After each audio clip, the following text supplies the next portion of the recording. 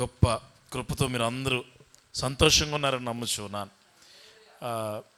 21 రోజులు ప్రార్థన కూడికలు నేను 2-3 రోజులు ప్రేయర్కి వెళ్ళి వస్తూ ఫాలో అవుతున్నాను కారులో, కానీ అలా చూస్తూ ఉన్నప్పుడు చాలా అభిషేకం కలిగి జరుగుతున్నాయి. దాన్ని బట్టి దేవుణ్ణి ఎంతగానో స్తుతిస్తూ ఉన్నాను.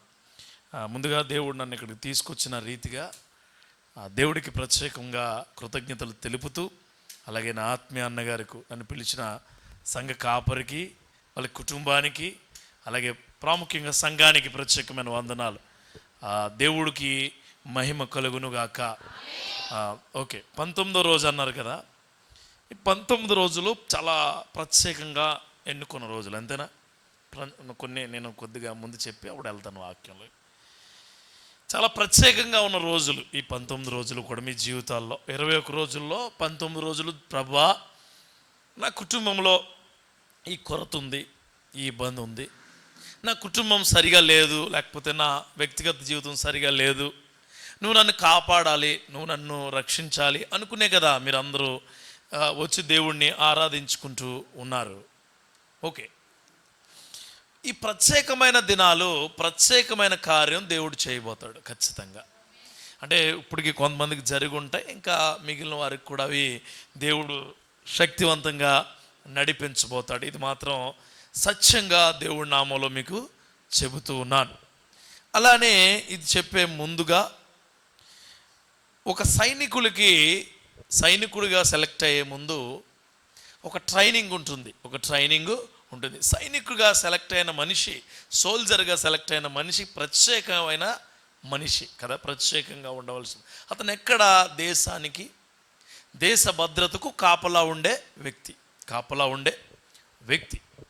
ఆ వ్యక్తి ఎవరు పడితే వారి మాటలు వినడానికి లేదు. అతనికి ఒక మేజర్ ఉంటారు, లెఫ్టినెంట్ కల్నల్ ఉంటారు, పైన కొంతమంది ఉంటారు, వారి మాట తప్ప ఇంకెవరి మాట వినకూడదు. అందుకే మనకి ఏదైనా జరిగినప్పుడు మిలిటరీ ఫోర్స్ వస్తుంది. ఎందుకు తెలుసా? ఎవరి మాట వినరాళ్ళు. నేను లోకల్ అండి, నేను చాలా గొప్పోడినండి, నేను చాలా శక్తివంతునండి అంటే వినరు, తన్ని లోపలేసేస్తారు కదా. ఈ ప్రత్యేకమైన కార్యము మీకు కూడా ఎందుకు చెప్తున్నానంటే, మీరు కూడా ఒక సైనికులు లాంటి వారే. నీ కుటుంబాన్ని కాపాడుకోవడానికి, నీ సంఘాన్ని కాపాడుకోవడానికి, నీ వ్యక్తిగత జీవితాన్ని కాపాడుకోవడానికి నువ్వు కూడా ఒక సైనికురాలివే, సైనికుడివే. ముందుకు ఇది గుర్తుపెట్టుకోండి. ఇలా నేను అనుకుంటూ ఉంటే అన్న ప్రత్యేకంగా మీరు రావాలని నాకు ఫోన్ చేసినప్పుడు, ప్రభువా నేను ఈ ప్రత్యేకమైన రోజుల్లో ఏం మాట్లాడాలి అని దేవుణ్ణి అడుగుతూ ఉన్నప్పుడు ఆయన అంటాడు, మోషే బైబిల్ మొత్తం తీసుకుంటే మోషే ఇశ్రాయేలు ప్రజలను నడిపించిన ప్రత్యేకమైన రోజులు చాలా గొప్పవి. అసలు అటువంటి రోజులు యేసుక్రీస్తు గారు ఉన్న రోజుల్లో కూడా లేవు. ఆయన అన్ని సంవత్సరాలు వారిని నడిపిస్తూ ఇశ్రాయేలు ప్రజలకు చెప్తూ ఉంటాడు. ఆయన ఇశ్రాయేలు ప్రజలు ఎలాంటి వారంటే పొద్దుట ఒకలా ఉంటారు, మధ్యాహ్నం ఒకలా ఉంటారు, సాయంత్రం ఒకలా ఉంటారు, రాత్రి ఒకలా ఉంటారు. పొద్దుట లేచిన వెంటనే అయ్యి బాబోయ్ అంటారు, మధ్యాహ్నం అయితేలోకి దాహం అంటారు, అన్నం అంటారు, సాయంత్రం అయితేలోకి నాకు వెలుగు లేదు, నేను చీకట్లో బ్రతకాల్సింది అంటారు, నైట్ ఏమో నాకు పాములు గట్రా మమ్మల్ని కొడతాయి, ఇవన్నీ అవుతాయి అంటారు. ఇశ్రాయేలు ప్రజలు కూడా మీలాంటి వారే. అంటే మీరు వారి లాంటి వారు కాదు, కానీ వారే మీలాంటి వారు. ఎందుకు? మీరు కూడా అలాగే ఉంటారు. దేవుడి మీద అమితమైన ప్రేమ వచ్చిందనుకోండి, దగ్గరికి వెళ్ళిపోయి హల్లెలూయా స్తోత్రం ప్రభువా, నువ్వు లేకపోతే మా జీవితమే లేదంటారు. దేవుడు ఏదైతే నీకు ఇచ్చాడో అది నీ జేబులోకి కానీ, నీ గుండెలోకి కానీ, ఇంటిలోకి వచ్చిందనుకో, వెళ్దాంలే, చూద్దాంలే దేవుడా, ఓకే. మరలా బాధ వచ్చిందనుకోండి, మరలా ఇబ్బంది వచ్చిందనుకోండి, మరలా దేవుడు నీకు కావాలి. నువ్వు పరిశుద్ధుడివే, నువ్వు ప్రత్యేకించబడిన వాడివే, దేవుడి మాటలను తూచా తప్పకుండా పాటించే సైనికుడివి. నీకంటే గొప్ప వాళ్ళు ఎవరు లేరు. దేవుడు ఎన్నుకున్న జనాంగము నువ్వు. నీ కొరకే చెప్తూ ఉన్నాను. నీ కొరకు నువ్వు చేయాల్సిన కొన్ని పనులు దేవుడు నీకు చెబుతూ ఉన్నాడు. ద్వితీయోపదేశ కాండంలో మోషే గారు వారి యొక్క జనాంగానికి కొన్ని మాటలు చెప్తారు. 4 నుంచి 5 వచనాలు ఉంటాయి. ఈ 6వ అధ్యాయము మొట్టమొదటి నుంచి 9 వచనాల వరకు కొన్ని మాటలు విని ఉండి ఆ మాటల నుంచి కొన్ని మాటలు మనం దేవుడి యొక్క నామంలో జానిందాం. రాత్రికాల సమయంలో ఖచ్చితంగా దేవుడు నీతో మాట్లాడతాడు. ఖచ్చితంగా దాంట్లో వేరేదేమి లేదు. నేను ప్రార్థన చేసుకుని మోకరించి ప్రార్థన చేసినప్పుడు కూడా, ప్రభువా నేను వెళ్తున్నానంటే నువ్వు వెళ్ళంతే, మిగిలింది నేను చూసుకుంటున్నా. అంటే చూడండి, బాగా జబ్బు ఉన్నవాడు హాస్పిటల్కి వెళ్తే జబ్బు తెలుసుకుని వెళ్తాడు. జబ్బు లేనోడు హాస్పిటల్కి వెళ్తే ఈ జబ్బులు ఇలా ఉన్నాయని తెలుసుకుంటాడు. ఏమీ లేనోడు కూడా టెస్టులు చేయించుకుంటూ ఉంటాడు అప్పుడప్పుడు, తెలుసా? అప్పుడు బయటపడతాయి వీడికి ఏమేమి ఉన్నాయి, ఎలాంటివి ఉన్నాయని. మనం అందరూ అలాంటి వాళ్ళమే. ఎలాంటి వాళ్ళు? మాకేమి లేవు ప్రభువా, మేము నీ దగ్గరికి వచ్చి నీ వాక్యం వింటుంటే మా తప్పులేంటో మాకు తెలుస్తూ ఉన్నాయి. నిజమైన క్రైస్తవుడు, ప్రభువా నువ్వు చెప్పే ప్రతి మాటలో, మళ్ళీ చెప్తున్నా, నువ్వు చెప్పే ప్రతి మాటలో మేము సరిచేసుకునే శక్తిని మాకు దయచేయి అనుకున్నవాడు. ఆమేన్. అలా ఉండాలా క్రైస్తవుడు. నువ్వు నాకు చెప్పేదేంటి, నేను వినేదేంటి, నేను పాటించేదేంటి, నేను చూసేదేంటంటే దేవుడు ఏమంటాడో తెలుసా? నా హస్తము కొరచ కాలేదో, నా చెవులు మందం కాలేదో, కానీ నీకు నాకు మధ్యన ఏదో ఉంది, అది చాలా ప్రమాదకరమైంది అంటాడు దేవుడు. అలా అనకుండా ఉండాలని ఈ మాటలు చెప్తున్నాను. దీంట్లో అంటాడు, నీవును నీ కుమారుడును నీ కుమారుని కుమారుడును నీ దేవుడైన యెహోవాకు భయపడి నేను నీకు ఆజ్ఞాపించిన ఆయన కట్టడములను ఆజ్ఞలన్నీను నీ జీవిత దినములన్నిటిను గైకొనుచు నీవు దీర్ఘాయుష్మంతుడు వగునట్లు మీరు స్వాధీనపరుచుకున్నటకు ఏరు దాటి వెళ్ళుచున్న దేశమందు మీరు జరుపుకున్నటకు మీకు బోధింపవలనని మీ దేవుడైన యెహోవా ఆజ్ఞాపించిన ధర్మమంతయు అనగా కట్టడలు విధులు ఇవే. కాబట్టి ఇశ్రాయేలు, నీ పితరుల దేవుడైన యెహోవా నీతో చెప్పిన ప్రకారము పాలు తేనెలు ప్రవహించు దేశములో మేలు కలిగి బహుగా అభివృద్ధి నొందినట్లు నీవు వాటిని విని అనుసరించి నడుచుకొనవలను. చాలా చాలా సిస్టమేటిక్గా చెప్పాడు ఆయన.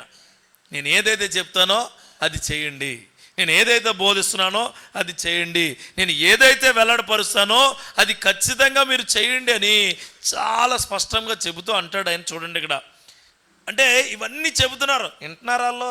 వింటలా, ఇవన్నీ చెబుతున్నారు. ఇప్పుడు కూడా అంతే. ఈ 19 రోజులు చాలా చెప్పారు మీకు సేవకులు, గొప్ప గొప్పగా ప్రసంగాలు, గొప్ప గొప్ప మాటలు, గొప్ప గొప్ప అభిషేక వాక్యాలు చెప్పున్నారు. మీరు వినుంటారంటారా? మీరు వినుంటారన్నా? ఆరో రోజున అరగంట తర్వాత ప్రసంగం చెప్పండి. అబ్బే, అసలు 6వ రోజున ప్రసంగం ఏంటి? నిన్నటి ప్రసంగం సగం కూడా గుర్తుండదు నీకు. నీ మాట ఏదో నువ్వు పట్టుకుని మిగిలింది ఏం చేస్తావు? నువ్వు వదిలిపెట్టేస్తావు. అందుకే అంటున్నాడు ఆయన. ఏమన్నాడో తెలుసా? ఇశ్రాయేలు వినుము. ఆగండి, వినుము. First listen. దేవుడి మాట వినినవాడు ఎవడో ఎప్పుడూ ఓడిపోడు, గుర్తుపెట్టుకోండి. దేవుడి మాట వినడం అంటే దేవుడి సేవకుడి ద్వారా వచ్చిన మాట వినడం, సంఘములో మాట వినడం, వాక్యము వినడం, వాక్యాన్ని నీ జీవితంలో విని ఆ జీవిత ప్రకారం నడుచుకోవడం. ఇలాంటి ప్రార్థనలు ఎందుకో తెలుసండి? మనల్ని మనం బలపరుచుకోవడానికే.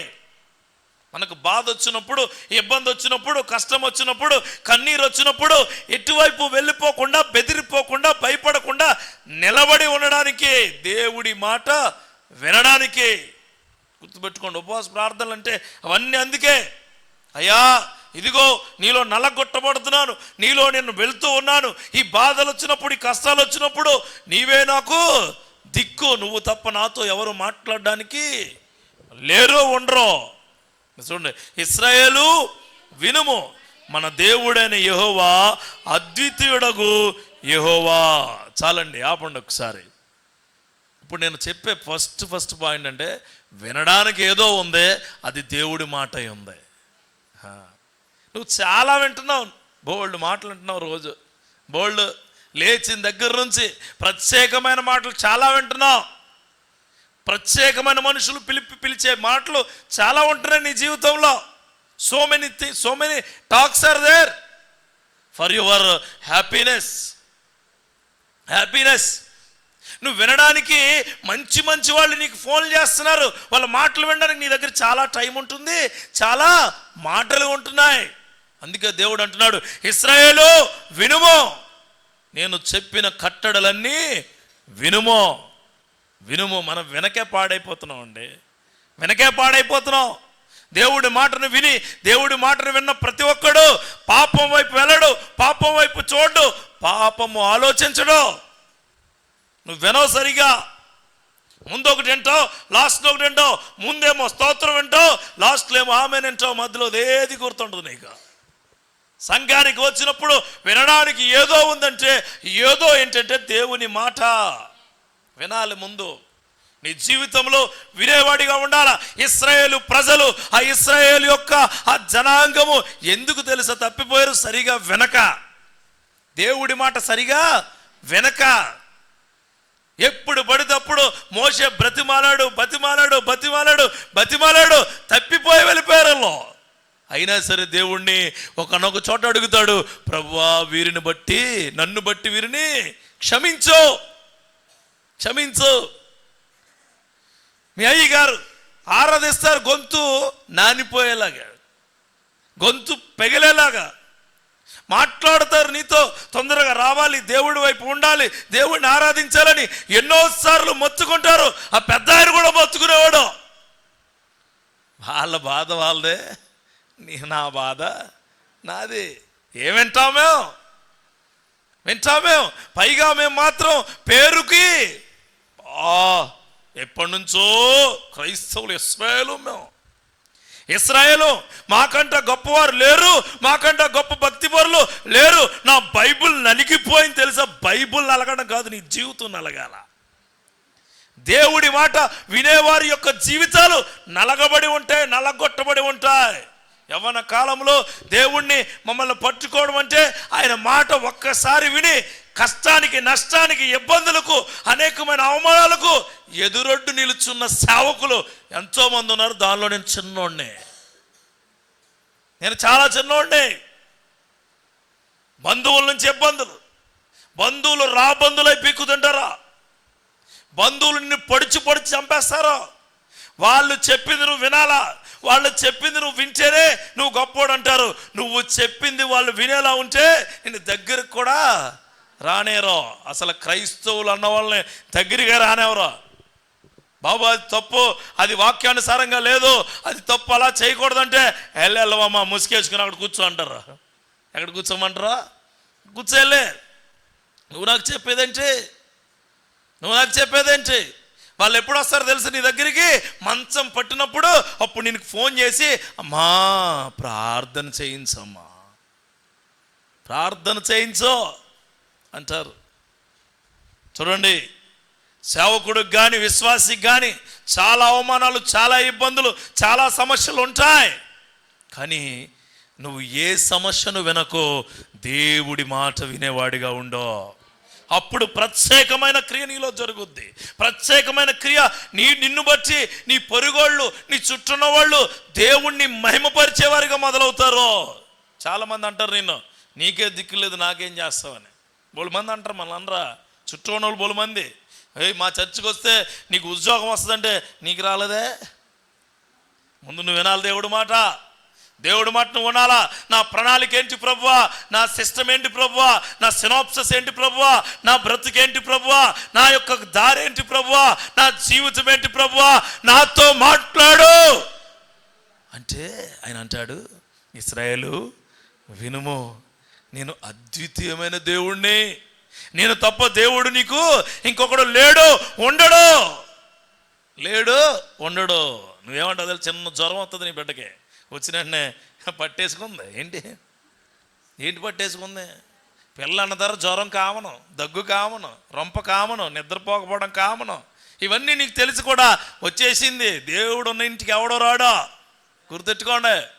దేవుడు నీ హృదయంలో ఉంటే, వాక్యం నీ హృదయంలో ఉంటే, దేవుడు నీ ఇంటిలో ప్రార్థనలో ఉంటే, దేవుడి గవడిల దగ్గరికి ఎట్లాంటి నిరపరాధమైనది రాదో, నీకు ఇబ్బంది కలిగించేది నీ దగ్గరికి రాదు. అసలు గుర్తుపెట్టుకో. వినుమో ఇశ్రాయేలు ప్రజల, వినుమో, నీ దగ్గరికి అస్సలు నిన్ను వైపే చూడదు. అసలు నీ వైపే చూడదు. ఏదో అనుకుంటున్నారు మీరు, వచ్చేసిందండి ఏం తీసి ఇలా తీసి పడేయాలట. ఏంటి? నిన్ను పడేయాల కాలంలో. అది ఇది పడేయడం కాదా, నిన్ను పడేయాల. నువ్వేం చేస్తున్నావు తెలుసా? ఏదో ఉందని ఊహించుకుని, అదే వినడానికి ఏదో ఉంది, నేను వినేది ఇంకోటి ఏదో ఉంది. ఎవరైనా ఏదైనా చెప్తున్నప్పుడు ఏమన్నా తెలుసా నువ్వు? నా దేవుడు నా తోడుగా ఉంటాడు. ఏముండదో, నా దేవుడు నాతోనే ఉంటాడు అంటాడు. అరే నీకు వయసు అయిపోతుంది, వయసు అయిపోతుంది, నీకు ఇంక పెళ్ళి అవ్వదేమో, అది వినడానికి బాగుంటుంది నీకు. కానీ ఈ పక్క నుంచి దేవుడు అంటాడు, నీ కొరకు ప్రణాళిక సిద్ధంగా ఉంది. ఈ మాట వినపడదు నీకు, ఈ మాట వినపడుతుంది. చూడండి, 2 చెవులు ఒకలా వినపడవు. కావాలంటే మీరు ట్రై చేసి చూడండి. 2 ముక్కులు ఒకలా పేల్చలేవు. ఈ 2 కళ్ళు ఒకలా సైట్ ఉండదు. ఈ 2 కళ్ళు ఒకలా చూడలేవు. చూసుకోండి కావాలంటే మీరు. కానీ దేవుణ్ణి ఆరాధించడానికి హృదయం ఒకలాగే ఆలోచిస్తారు. దేవునికి స్తోత్రం కలుగును గాక. దేవుణ్ణి మనం ప్రేమించడానికి, దేవుణ్ణి ఆరాధించడానికి, ఆయన మనని మన స్థితిలో ఉంచుకోవడానికి మన బ్రెయిన్, హృదయం ఒకలాగే ఉంటుంది. నువ్వు అందుకే సాతాను మాట నీకు చాలా దగ్గరగా వినపడుతుంది, దేవుడి మాట నీకు చాలా దూరంగా వినపడుతుంది. నీ ఇంటిలో ప్రత్యేకమైన కార్యం జరగాలంటే ముందు దేవుడి మాట వినాలి. అంత మీకు తెలిసిందే. కానీ ఈ సేవకుడు అనే బోర ద్వారా నీ కొత్తగా చెప్తున్నాడు అంతే. చాలాసార్లు చెప్పుకుంటాడు ఆయన, విను. ఎందుకు వినాలో చూడండి. యెషయా గ్రంథంలో 44వ అధ్యాయము 6వ వచనంలో ఒక భలే ఉంటుంది మాట చదువుదాం. చదివి ఇర్మియా ప్రవక్త కూడా మంచి మాట మాట్లాడతాడు. 44వ అధ్యాయము 6వ వచనం. ఇశ్రాయేలు రాజు అయిన యెహోవా, వారి విమోచకుడైన సైన్యములకు అధిపతి యెహోవా ఇలా సెలవిచ్చుచున్నాడు, నేను మొదటివాడను కడపటివాడను, నేను తప్ప ఏ దేవుడును లేడో. గుర్తెట్టుకోండి. చాలు. ఆయన ఏమన్నాడో తెలుసా నీతోటి? నువ్వు మొదటుంటే నేను మొదటుంటా, నువ్వు కడపటుంటే నేను కడపటుంటా. ఆమేన్. నువ్వు అనుకోవచ్చు, ఓడిపోయాను, గెలుపు లేదు, నాకు నా పరిస్థితి బాగలేదు, అయ్యో నేనేమైపోతాను అనే ఆలోచన నీకుంటే ఆయన అంటున్నాడు, నేను మొదటివాడిని, నేనే కడపటివాడిని. నేను ఫస్ట్ ఉన్న భయపడక, లాస్ట్ ఉన్న భయపడక. ఆమేన్. హాస్పిటల్కి వెళ్ళినప్పుడు నా ఆపరేషన్ ఫస్ట్ అయ్యి బాబోయ్ చచ్చిపోతున్నామో, దేవుడు ఉన్నాడు నీతో పాటు. ఆమేన్. లాస్ట్లో అయ్యో నా ర్యాంక్ లాస్ట్ వచ్చింది, నాకు సీట్ రాదేమో, దేవుడు నీకే మంచి కాలేజీలో సీట్ ఇవ్వబోతాడు. ఆమేన్. దేవుడు నీకే మంచి కాలేజీలో సీట్ ఇవ్వబోతాడు. కాలేజీలో నాది చివరి నెంబరు. ప్రతిసారి బాధపడిపోయేవాడు, నేను బాగా చదివేవాడిని, నన్ను ఎవడో ఏమడిగేవాడు కాదు. ఎందుకంటే ముందు వాళ్ళందరూ డిమ్కి బ్యాచ్ ఉండేది, నేను బాగా చదువుకునేవాడు. ఓసారి మా హెచ్ఓడి దగ్గరికి వెళ్ళి నన్ను ముందు పంపించండి, ఎందుకు నా మార్కులు పోతున్నాయి, వాళ్ళు చెప్పే బాధలన్నీ వచ్చి నాకు గుండాగిపోతుంది, చంపేస్తారేమో నన్ను వచ్చినోడని. వాళ్ళందరూ ఎలా భయపడతారంటే, అరే ఆ సార్ వచ్చాడురా, మామూలుగా ఉండడాడు, ఆడు చాలా టైట్గా అడుగుతున్నాడు, నాకు వచ్చినవి కూడా మర్చిపోయేవాడు నేను. మీరు అంతే, గుండె నొప్పి ఎవరికో వస్తుంది ముందు, ఆ గుండె నొప్పి నుంచి ఎక్కువైపోయి ఐసీయూలో పెడతారు. అక్కడ ట్యాబ్లెట్లు ఎలాంటి, లేకపోతే అక్కడ ఇంజక్షన్లు ఎలాంటి, అక్కడ నిన్ను ఏ విధంగా బాధించారని చెప్పి ఇంటికి వచ్చి చెప్తే నీకు వచ్చేది గుండె నొప్పి. అయ్యి బాబాయ్, గుండె నొప్పి రాకుండానే హార్ట్ అటాక్, నువ్వు ఆగిపోద్ది నీ గుండె ముందు. అవి మానేయండి. నీకు ఎలాంటి బాధ వచ్చినా మొదటివాడు ఆయనే, కడపటివాడు ఆయన. ఇంకో మాట అంటాడు, నేను తప్ప వేరే దేవుడు నీకు లేడో. ఆయనే ఆధారం అండి, ఆయనే ఆధారం. చూడండి, చుట్టూ ఉన్న పిల్లర్స్ అన్నీ పడిపోయినా ఒక పిల్లర్ దేవుడు, ఆయన మాత్రమే అంతా ఉంటాడు. గుర్తెట్టుకో. తల్లిదండ్రులు వదిలేసిన, బంధువులు వదిలేసిన, అన్నదమ్ములు విసిరేసిన, అక్క చెల్లెలు నేను పట్టించుకోకపోయినా, నిన్ను ఎవరు ఏమి నీకు తోడు లేకుండా నిన్ను గెంటేసినా ఆ ఇశ్రాయేలు వినుమనే మాట అయింది. ఆమేన్. వా, నువ్వు నాతో ఉన్నావా, నాకు తోడుగా ఉన్నావయ్యా, నువ్వు ఉంటే చాలు, నేను ఈ దేశ సమస్త సమూలంగా నా చేతిలోనే, నా హృదయంలో ఉంటుంది ప్రభువా అనుకోండి. ఈరోజు నీ మీద చాలా నిందలేస్తున్నారు అనుకో, ఎవడు మాట వినాలి నువ్వు? ఎవరి మాట వినమాకండి. బూతులు వస్తాయి, ఇబ్బందులు వస్తాయి, అనేకమైన సమస్యాత్మకమైన క్రియలు నీ దగ్గరికి వస్తాయి. నిన్ను అనేక మంది అనేక మాటలు వేసేస్తారు నీ మీద. వినమాక, దేవుడు మాటే విను. దేవుడు ఏం చెప్తా చేయి, దేవుడు ఎలా చెప్తా చేయి, దేవుడు చేయమన్న పని చేయి, దేవుడు చూపించమన్న ప్లేస్కి వెళ్ళు. దేవుడిని ఏ విధంగా నువ్వు మహిమపరుస్తావో అలాగే మహిమపరచు. ఈ మాట నీకేనేమో, జాగ్రత్తగా విను, జాగ్రత్తగా విను. ఇర్మియా ప్రవక్త ఇంకో మాట అంటాడు చూడండి, 10వ అధ్యాయంలో అంటాడు ఆయన. 10వ అధ్యాయంలో 2 వచనాలు ఉంటాయి. ఆ మాటలు కూడా చాలా బాగుంటాయి. 10వ వచనం 11వ వచనం ఉండమ్మ ఒకసారి.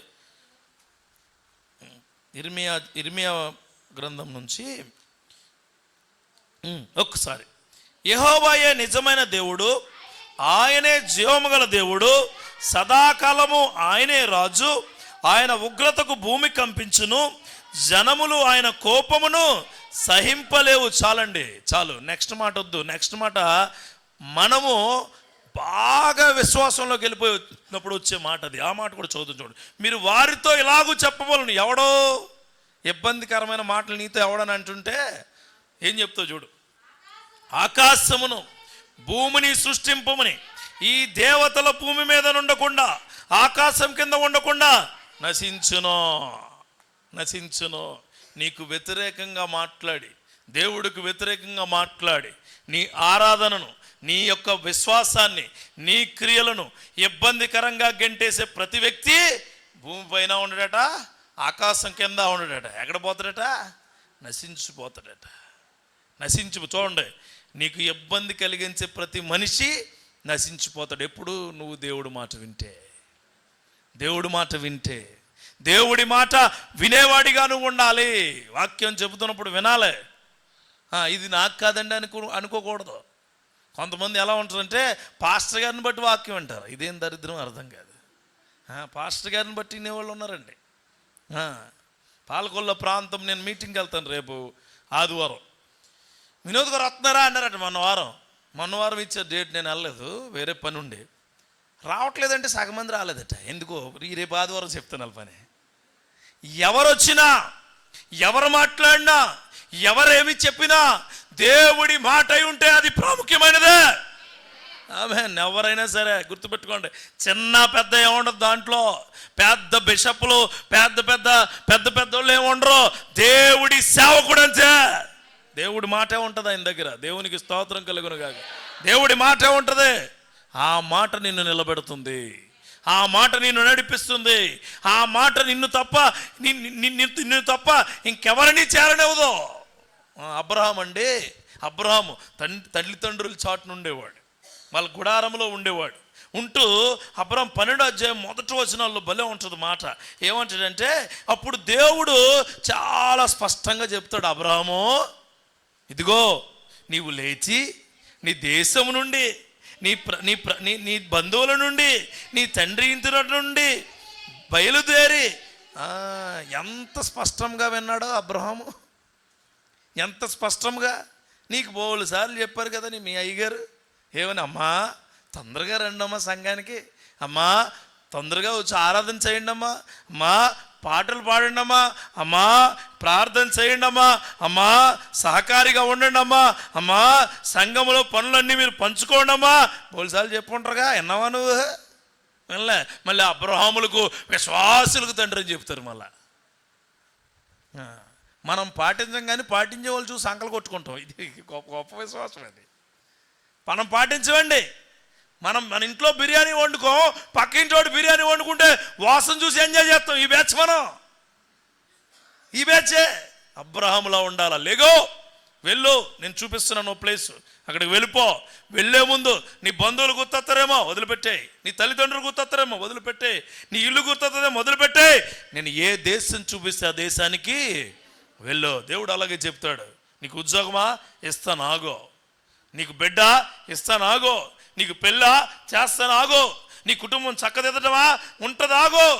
ఆయన మాట వింటే నువ్వేదనుకుంటే అది చేస్తాడు ఆయన. ఒకవేళ ఆయన మాట వినేవాడిగా నువ్వు లేవనుకో, సంసోన్ లాగా ఉంటుంది. సంసోన్ ఏమైంది విన్నాడా? తల్లిదండ్రుల ద్వారా మాట్లాడాడు, దేవుడు మాట్లాడాడు, అక్కడ గవుల దగ్గర కూర్చున్న వాళ్ళతో మాట్లాడాడు, అక్కడేమో ముసుగు దొంగల ద్వారా మాట్లాడాడు, చివరికి అతను చంపిన మనుషులు కూడా మాట్లాడారు. విన్నాడా? వినలే. ఎవరు మాట విన్నారు? నశించిపోతున్న వ్యక్తి మాట విన్నాడు. చివరికి ఏమయ్యాడు? నశించిపోయాడు. నశించిపోతున్న మనుషుల యొక్క మాట వినిన ప్రతి జనాంగము ఏమైంది?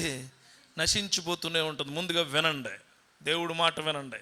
ప్రత్యేకమైన కార్యం నీ ఇంటిలో, ఇంకా మాట్లాడుకుంటే మనం అనుకుంటాం పచ్చిగా, మన కొంపలో జరగాలంటే నువ్వు వినాలి ఆయన మాట. అంతే. నీ సంఘంలో జరగాలంటే నీ సేవకుడు మాట వినాల్సిందే. దేవునికి స్తోత్రం కలుగునుగా. ఎలా ఉంటుందంటే సాతాను ఏం చేస్తాడంటే, సేవకుడు చెప్పిన మాట నీకు కొద్దిగా కటువుగా ఉందనుకోండి, వేరే వాడిని ఎవడనో దింపుతాడు. ఆడొచ్చి నిన్ను బాధగా ఉందా, ఇబ్బందిగా ఉందా, ఉంటుంది, మరి అలాగే ఉంటుంది. నీ మీద కక్షేమో ఆయనకి. ఏ సేవకుడికి ఏ విశ్వాసం మీద ఎలాంటి కక్ష ఉండదు, గుర్తుపెట్టుకోండి. నీ మీద ప్రేమే ఉంటుంది. దేవునికి స్తోత్రం కలుగును. నీ మీద ప్రేమే ఉంటుంది. రెండో మాట అదే చెప్తున్నాను చూడండి. ఆయన అంటాడు, ఫస్ట్ వినాలట, రెండోది పట్టించుకోవాలట. వినాలి, రెండోది ఏం చేయాలా? పట్టించుకోవాలి. వినేసి వదిలేయకూడదు. చూడండి రెండో మాట అంటాడు ఆయన ఏమని? నీ పూర్ణ హృదయంతోనూ, నీ పూర్ణాత్మతోనూ, నీ పూర్ణ శక్తితోనూ నీ దేవుడైన యెహోవాను ప్రేమించవలెను. విన్నది ఎలా ఉండాలంటే చూడండి, పూర్ణ హృదయంతో వినాలట. సగం హృదయం కాదు, సగం హృదయం. ఇంటికి వెళ్ళి భోజనాలు చేస్తారు మీరు అందరూ, సిగ్గుపడకండి, చేస్తారు కదా. కూరుంచారో లేదో, ఒక్క గంట తినేసిందేమో, అమ్మో వచ్చి పెట్టారో లేదో, అమ్మో ఎలాగో. ఇది పూర్ణ హృదయం.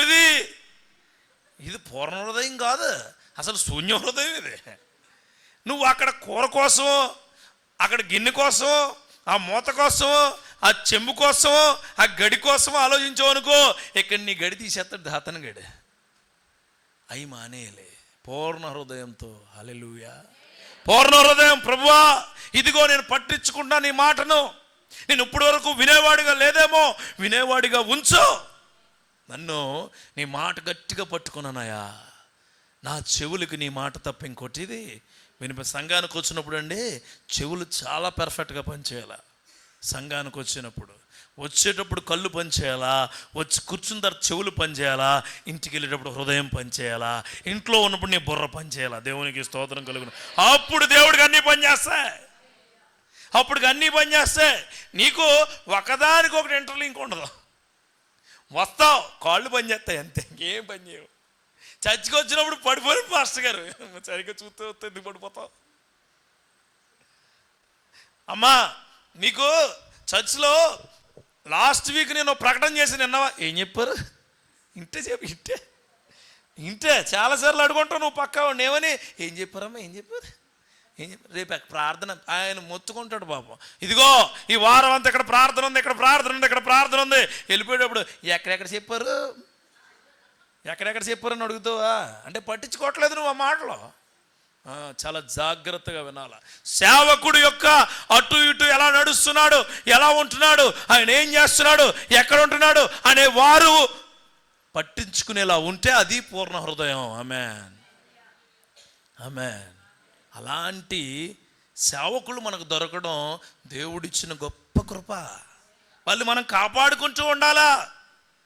వాళ్ళని మనం పూర్ణ హృదయంతో పట్టించుకునే వ్యక్తికి అన్ని గొప్ప కార్యాలే జరుగుతాయండి. అన్ని గొప్ప కార్యాలే. సేవకుడి దగ్గర వాటర్ బాటిల్ ఉందో లేదో చూడాలా. సేవకుడికి కొద్దిగా అనీజీగా ఉంటే నువ్వు గబగబా లేచొచ్చి ఆ ఫ్యానో లేకపోతే ఇంకోటి ఏదో సర్దేవాడిగా ఉండాలి నువ్వు. కానీ నువ్వేం చేస్తావు తెలుసా? ఆయన పని అయింది, మా పని మాది. చర్చిలో సేవకుడినే పట్టించుకో, దేవుడిని ఏం పట్టించుకుంటావు నువ్వు? సేవకుడినే పట్టించుకో నువ్వు. సేవకుడికి బాధ ఉందేమో, కష్టం ఉందేమో, కన్నీళ్ళు ఉన్నాయేమో, ఇబ్బందులు ఉన్నాయేమో, అయ్యో ఆయన మొహం బాగలేదు, ఎప్పుడు లేనట్టుంది అయ్యో అనుకుంటే అప్పుడు నీ ఉపవాస ప్రార్థనకు ఒక ప్రత్యేకమైన కార్యము, ప్రత్యేకమైన స్థితి. నువ్వు అంటావు అప్పుడు మా మొఖం చూసుకోవడం మాకే తీరికలేదండి, ఇంకా ఆయన మొఖం ఏం చూస్తాం. నా ముఖం, నా భర్త ముఖం చూడలేకపోతున్నాను, నేను నా భార్య ముఖం చూడలేకపోతాను. మళ్ళీ పాస్టర్ గారి వరకు చెప్తున్నారా మీరు? అందుకే వినమన్నాను, ముందు వినాలి. ఇవన్నీ చెప్పేవి నువ్వు వింటే దేవుడి నామములో చెప్తున్నాను, 21వ రోజు 22 రోజున నువ్వు సాక్ష్యం చెప్పబోతావు. ఆమేన్. 22nd సాక్ష్యం చెప్పబోతున్నావు. అది ఏదైనా సరే గుండెను చేతిలో పట్టుకొని ధైర్యంతో బలముగా హల్లెలూయా అని చెప్పి, నా జీవితంలో ఇది దేవుడు చేశాడో అని చెప్పే కృప దేవుడిని ఇవ్వబోతాడు. గుర్తుపెట్టుకోండి, పూర్ణ హృదయంతో. ఇంకో మాట అంటాడు ఆయన, నీ పూర్ణాత్మతోనూ. చాలు. పూర్ణాత్మ అంటే ఏంటండి? అసలు ఆత్మ అంటే ఏంటి? దేవుడు పెట్టింది కదా. ఏ ఆత్మ అయితే ఉందో మళ్ళీ ఆయనకి ఇచ్చేయాలి కదా మనం. ఆయన ఏమంటాడు? ఆత్మను ఆర్పకుడి అంటాడా? నువ్వేం చేస్తావు తెలుసా? ఇంటికాడ ఆరిపోతావు ఫోన్, మళ్ళీ సచ్చులు వెలిగించేద్దా, మళ్ళీ సచ్చి బయటికి వెళ్ళిన ఫోన్ మళ్ళీ వెళ్ళిపోతావు ఇంటికి. ఆత్మను ఆర్పకూడదు ఎప్పుడు. ముందు వెనక పైన కింద దేవుడు నీకు తోడుగా ఉండబోతున్నాడు. నీ బిడ్డలు రక్షించేదా ఆయన, నీ భర్తను అత్యద్భుతంగా నడిపించేదా ఆయన, నీ భార్యకు మంచి జ్ఞానం ఇచ్చి ఇల్లు కట్టుకునే శక్తి ఇచ్చేదా ఆయన, నీ తల్లిదండ్రులు చూసేదా ఆయన, నీ అన్నదమ్ములను చక్కదిద్దేదా ఆయన, నీ బిడ్డలు భవిష్యత్తులో నిర్మించేది ఆయన. అది పూర్ణాత్మ అంటే. అది పూర్ణాత్మ. ఫీజు ఎలా కట్టాలా, పిల్లలు ఎలా చదువుతున్నారు, రేపు పొద్దుట మా పిల్లలు పనికిరాడు కింద వెళ్ళిపోతాడేమో, ఎప్పుడు నీ పిల్లడు ఎప్పుడో. నువ్వు దేవుడి మాట విని పూర్ణాత్మ ఆయన మీద ఉంచితే దేవుడు నీ బిడ్డ ఆత్మీయతలో నడిపిస్తాడు. దేవునికి స్తోత్రం కలు. ఆత్మీయతలో నడిపిస్తాడు. నా బిడ్డల మీద నాకు భయం ఏమి లేదా, నా భవిష్యత్తు మీద నాకు భయం ఏమి లేదా, నా జీవితం మీద నాకు భయమే లేదు. ఎందుకంటే దేవుడితో అంత పూర్ణాత్మతో ఉంటాను నేను. మీరు అనొచ్చు, మీకు కష్టాలు ఉండవండి అంటే, నా కష్టాలన్నీ మీదైతే ఒక ఇంచు కూడా మోయలేవు నువ్వు. అన్ని కష్టాలు ఉన్నాయి నాకు కదా, అన్నకు కూడా అంతే, అన్నీ ఉంటాయి. ఈ కష్టాలు, బాధలు, ఇబ్బందులు ఇవన్నీ ఎందుకు పెట్టాడు దేవుడు అంటే, నువ్వు మోస్తున్నావని. ఆమేన్. మోస్తున్నావని నీకు బలాన్ని ఇస్తున్నాడు ఆయన, శక్తిని ఇస్తున్నాడు ఆయన. ఆ కష్టం నుంచి నువ్వు బయటికి ఎలా రావాలో ఆయన నీకు నేర్పుతూ ఉన్నాడు. ఆమేన్. అనారోగ్యం తీసేయమని అడగకూడదు, దాన్ని ఎదుర్కొనే శక్తి ప్రభు అని అడగాలి. అది పూర్ణాత్మ అంటే. అప్పుల బాధలో ఒక రోజులోనే టింగ్ అంటే తీసేయమని అలా కాదు. అసలు నిన్న మొన్న చూస్తున్నాం ఏమనంటే, ఇదిగో ఉద్యోగం రేపు రాదా, ఇలాగన్నంటే రాదండి. నువ్వు ప్రార్థించుకోవాలా, నమ్మాలా, దేవుడిని అడగాల, దేవుడి సన్నిధిలో ఉండాలా. అప్పుడు నువ్వు అపాయింట్మెంట్ పట్టుకుని వచ్చి నా దేవుడు నాకు ఇచ్చాడని చెప్పే దమ్ముగా ఉంటావు నువ్వు. అంతేగాని ఎలాగంటే ఏమి రావు. గారడి సీమోని క్రియలు ఏమి పనిచేయవు మనకే. గుర్తుపెట్టుకోండి, విశ్వాసంతో నమ్మాలి దేవుణ్ణి. ఆమేన్. ఇదిగో 2 నెలల్లో నువ్వు గర్భవతిపై వచ్చేతనం అంటారు, రారు. నమ్మాలా, ప్రార్థించాలా. ప్రభువా, ఇదిగో ఈ గర్భఫలం ఎండిపోయింది, ఈ గర్భఫలం ఆరిపోయింది, ఈ గర్భఫలము ఎవరో తెరిపించలేదన్నారు, నాకు నీ పైన నమ్మకం ఉందే. గర్భాన్ని తెరిపించి నడిపించి ఆ బిడ్డను నా ఒళ్ళో పెట్టుకొని సంఘానికి వచ్చి ఇది దేవుడిచ్చిన బహుమానం అని చెప్పుకుంటాను. ఎందుకంటే ఆ వాక్యం నువ్వే చెప్పు. బిడ్డలు చెప్పాడు ఆయన. అలా ఉండాలి మనం, అలా ఉండాలి. నూనె వేస్తే మారిపోతారు, చిలకరిస్తే మారిపోతారు. నీ జీవితం ఏమవదు. నూనె ఎత్తే జిడ్డు అయ్యిద్ది, నూనె వేస్తే ఏమైద్ది నమ్ము. నువ్వు పట్టుకెళ్ళు. చాలా విశ్వాసంతో అయ్యగారి చేత ప్రార్థన చేయించుకో. ప్రభు, ఇది నేను ప్రార్థన చేసుకున్నాను, మీ అభిషేకం ఇది అనినప్పుడే జరుగుద్ది. ఎవరో చెబితే జరగదండి, దేవుణ్ణి నమ్మితే జరుగుద్ది. ఆమేన్. దేవుణ్ణి నమ్మే వ్యక్తులుగా నిన్నుంచునుగాక. ఇంకో మాట అంటాడు ఆయన, నీ పూర్ణ శక్తితో. దేవుణ్ణి ఆరాధించే వాళ్ళందరూ శక్తిహీనులు అయిపోతారు. ఎలాగో తెలుసా? పాట నువ్వు ఇంటి పక్కాడితో ఎంతసేపు అయినా కజ్జం పెట్టుకుంటావు. అసలు మామూలు కాదు, ఎత్తకొట్టేస్తావు. పొద్దున్న మొదలెడతావు, 24 అరౌండ్ ది క్లాక్ తిడుతూనే ఉంటావు ఆవిడ్ని. ఆవిడ ఏం చేద్దా తెలుసు? ఊరెళ్ళిపోద్ది. అది పూర్ణ శక్తి అని ఫీల్ అవుతావు నువ్వు. కానీ దేవుణ్ణి ఆరాధించడానికి ఒక 5 నిమిషాల పాట, వాటర్ తెచ్చావా, వాటర్, గొంతు రాదు నీకు. ప్రార్థించడా గొంతు రాదు, స్తుతించడా గొంతు రాదు, హల్లెలూయా చెప్పడా గొంతు రాదు, స్తోత్రం చెప్పడా గొంతు రాదు, వాక్యం చదవడా గొంతు రాదు. పూర్ణ శక్తి అంటే ప్రార్థించమంటే మోకాళ్ళు వేసేయాలి. ఆమేన్. అంతే. మోకాళ్ళ నొప్పులు ఉన్నాయండి, నా మోకాళ్ళు వంగట్లేదండి, కబుర్లు మానేయండి. నువ్వు మోకాళ్ళు వంగట్లేదంటే ఎప్పటికీ వంగవు. ఒక్కసారి ప్రభువా నీ నామంలో వంగుతున్నా ఆమేన్ అనుకుని వంగండి, దేవుడు ఆ క్రియను జరిపించబోతాడు. మొన్న ఒక ఆవిడ క్యాన్సర్ అయ్యా నేను చచ్చిపోతాను అంది. ఫోన్ చేశారు నాకు మిడ్ నైట్, అయ్యా మీరు ప్రార్థన చేయండి, రోజు రాత్రే చచ్చిపోతామండి. నవ్వే నువ్వేం చచ్చిపోవమ్మా, బాగానే ఉంటావు, కంగారు అడక, ప్రార్థన చేస్తానని ప్రార్థన చేస్తే హాస్పిటల్ తీసుకెళ్ళారట. ట్రీట్మెంట్ అంతా అయ్యింది. 2 నెలలు అయిన తర్వాత మొన్న అయ్యరే ప్రార్థనకి వెళ్ళాను. వెళ్తే ఇంటికి వచ్చిన తర్వాత అయ్యారు ప్రైజ్లాడు, చచ్చిపోతానన్నావు, చచ్చిపోమన్నారా, నువ్వే కదా అన్నావు. మరి లేదు మీరు నేను ప్రార్థన చేస్తావులా, దేవుడి శక్తి ఇస్తే అయ్యావు, దేవునికి స్తోత్రం కలుగునుగా. నేను పూర్ణ శక్తితో దేవుడిని నమ్ముతాను. అవుతుంది అని నమ్మనా, ఇస్తాడంటే ఇస్తాడంతే, చెప్తాడంతే చెప్తాడు. నేను ఒకటే అడుగుతా, ప్రభువా నేను వాక్యం చెప్పేటప్పుడు ఒక మాట వస్తే అది మీ మాట నాది కాదో, అట్లాంటప్పుడు నాతో మాట్లాడించి లేకపోతే మాట్లాడించుకో. అది పూర్ణ శక్తి, అది పూర్ణ శక్తి. సేవకుడిగా విశ్వాసిగా నువ్వు కూడా దేవుని అట్టాడగాల, ప్రభువా నా జీవితం బాగుపడాలా, ఇది నా పూర్ణ శక్తి. నువ్వు చేస్తావంటే అగునుగాక అని గట్టిగా అనుకుంటే దేవుడు చేసి పెడతాడండి. నీకు దేవుడు చేసి పెడతాడు. దేవుడు ఎందుకు చేసి పెడతాడంటే, ఒక ఆవిడ ఇలా గర్భఫలాలు చాలా ఉన్నాయి. మొన్న ఒక ఆవిడ చాలా ఏళ్ళు అయిపోయింది, అమ్మ నీకు గర్భఫలం వస్తుందంటే ఆవిడ నవ్వు అందే, 2 ఏళ్ళు నువ్వు చెప్తున్నారు రాలేదందే. ఒకనొక రోజుని అయ్యారు నేను ఎప్పుడు కూడా నేను డైరెక్ట్గా ఎవరికి ఫోన్ నెంబర్ ఉన్నా అయ్యారికే, ఆ పాస్టర్ గారు ఎవరు ఉంటే వాళ్ళే చెప్పాలి, నాకు అన్నీ వాళ్ళే చేయాలా. ఎందుకు, నేను వారి సంఘాన్ని వారిని బలపరచడానికి వెళ్తున్నాను, అదే నా పని. ఆమేన్. ఇప్పుడు నువ్వు డైరెక్ట్గా నా ఫోన్ నాకు కుదరదు అసలు. అబ్బే వాళ్ళు మాట్లాడి నేను ప్రార్థన చేసి వదిలేస్తాను. అయ్యగారు మీరు ఎక్కడ ఉంటారో, నేను ఎక్కడ ఉంటానో కూడా చెప్పను. నిజంగానే చాలామంది అన్నగారికి కూడా మా ఇల్లు ఒకసారి చూశారు. ఏ పాస్టర్ గారు 2-3 తప్ప, కొన్ని 100 మంది తెలిసి నాకు 2-3 తప్ప ఎవరికి నా ఇల్లు చెప్పలేదు. ఒక ఆయన మీ ఇంటికి వస్తానంటే వద్దని చెప్పాను. అన్న పొగరండి మీకు అన్నాడు. పొగరు కాదండి, మా ఇంట్లో విశాలంగా ఉంటుంది, ఆ విశాలతలో ఇరుక్కుంటుంది, ఎవరు రాట కుదరదు. ఎందుకంటే నేను ముఖ్యం కదా, నా ఇల్లు కాదు కదా. నేను ముఖ్యం, నా మాట ముఖ్యం, నా వాక్యం ముఖ్యం, నా పరిశుద్ధత ముఖ్యం. అంతే. యేసుక్రీస్తు వారు అంటారు, ఆయనే నాకు ఇన్స్పిరేషన్. అయ్యా నువ్వు ఇంటికి వెళ్ళవా, అబ్బే ఒకనొక రోజున దేవాలయం నా ఇల్లు, ఒకనొక రోజున ఆ కొండే నా ఇల్లు, ఒకనొక రోజున జక్క ఇల్లు నా ఇల్లు, ఒకనొక రోజున విధవరాలు ఇల్లే నా ఇల్లు, ఒకనొక రోజున ఆ గెత్సెమనే తోట నా ఇల్లు, ఒకనొక రోజున ఆ కపాల స్థలం నా ఇల్లు, ఒకనొక రోజున నా తండ్రి యొక్క పరిశుద్ధతే నా ఇల్లు. అలా ఉండాలి మనం, అలా ఉండాలి. ప్రార్థన అయిపోయినంటే దూరిపోతారు ఇంట్లో. ఫ్యాన్ గట్టిగా ఫ్యాన్ పెంచి ప్రార్థన పెంచాలా, ఫ్యాన్ కాదా. అది పూర్ణ శక్తి. ఆవిడొచ్చి ప్రార్థించండి ప్రభు అంటే, అప్పుడు ఆ పాస్టర్ గారు ఫోన్ చేసి, బాబు వినోద్ గారు ఒకసారి, ఆవిడ ఫోన్ లిఫ్ట్ చేయరంటే లిఫ్ట్ చేశాను. ఏమంటామంట, నేను వచ్చినప్పుడు మాట్లాడతాను, నాకు తెలుసు నేను ఎప్పుడంటే ప్రాఫెసీ ఇచ్చినప్పుడే నీకు అవుద్దని నమ్ముతాను నేను. ఆమేన్. సేవకుడు హృదయం ఏంటంటే, నీకు చెప్పేటప్పుడే అవుతుందని నమ్ముతాను. నువ్వు మళ్ళీ వచ్చి చెప్పినప్పుడు నేనేం సంకలు కొట్టుకోను. హల్లెలూయా. మా విశ్వాసం అది పూర్ణ శక్తి.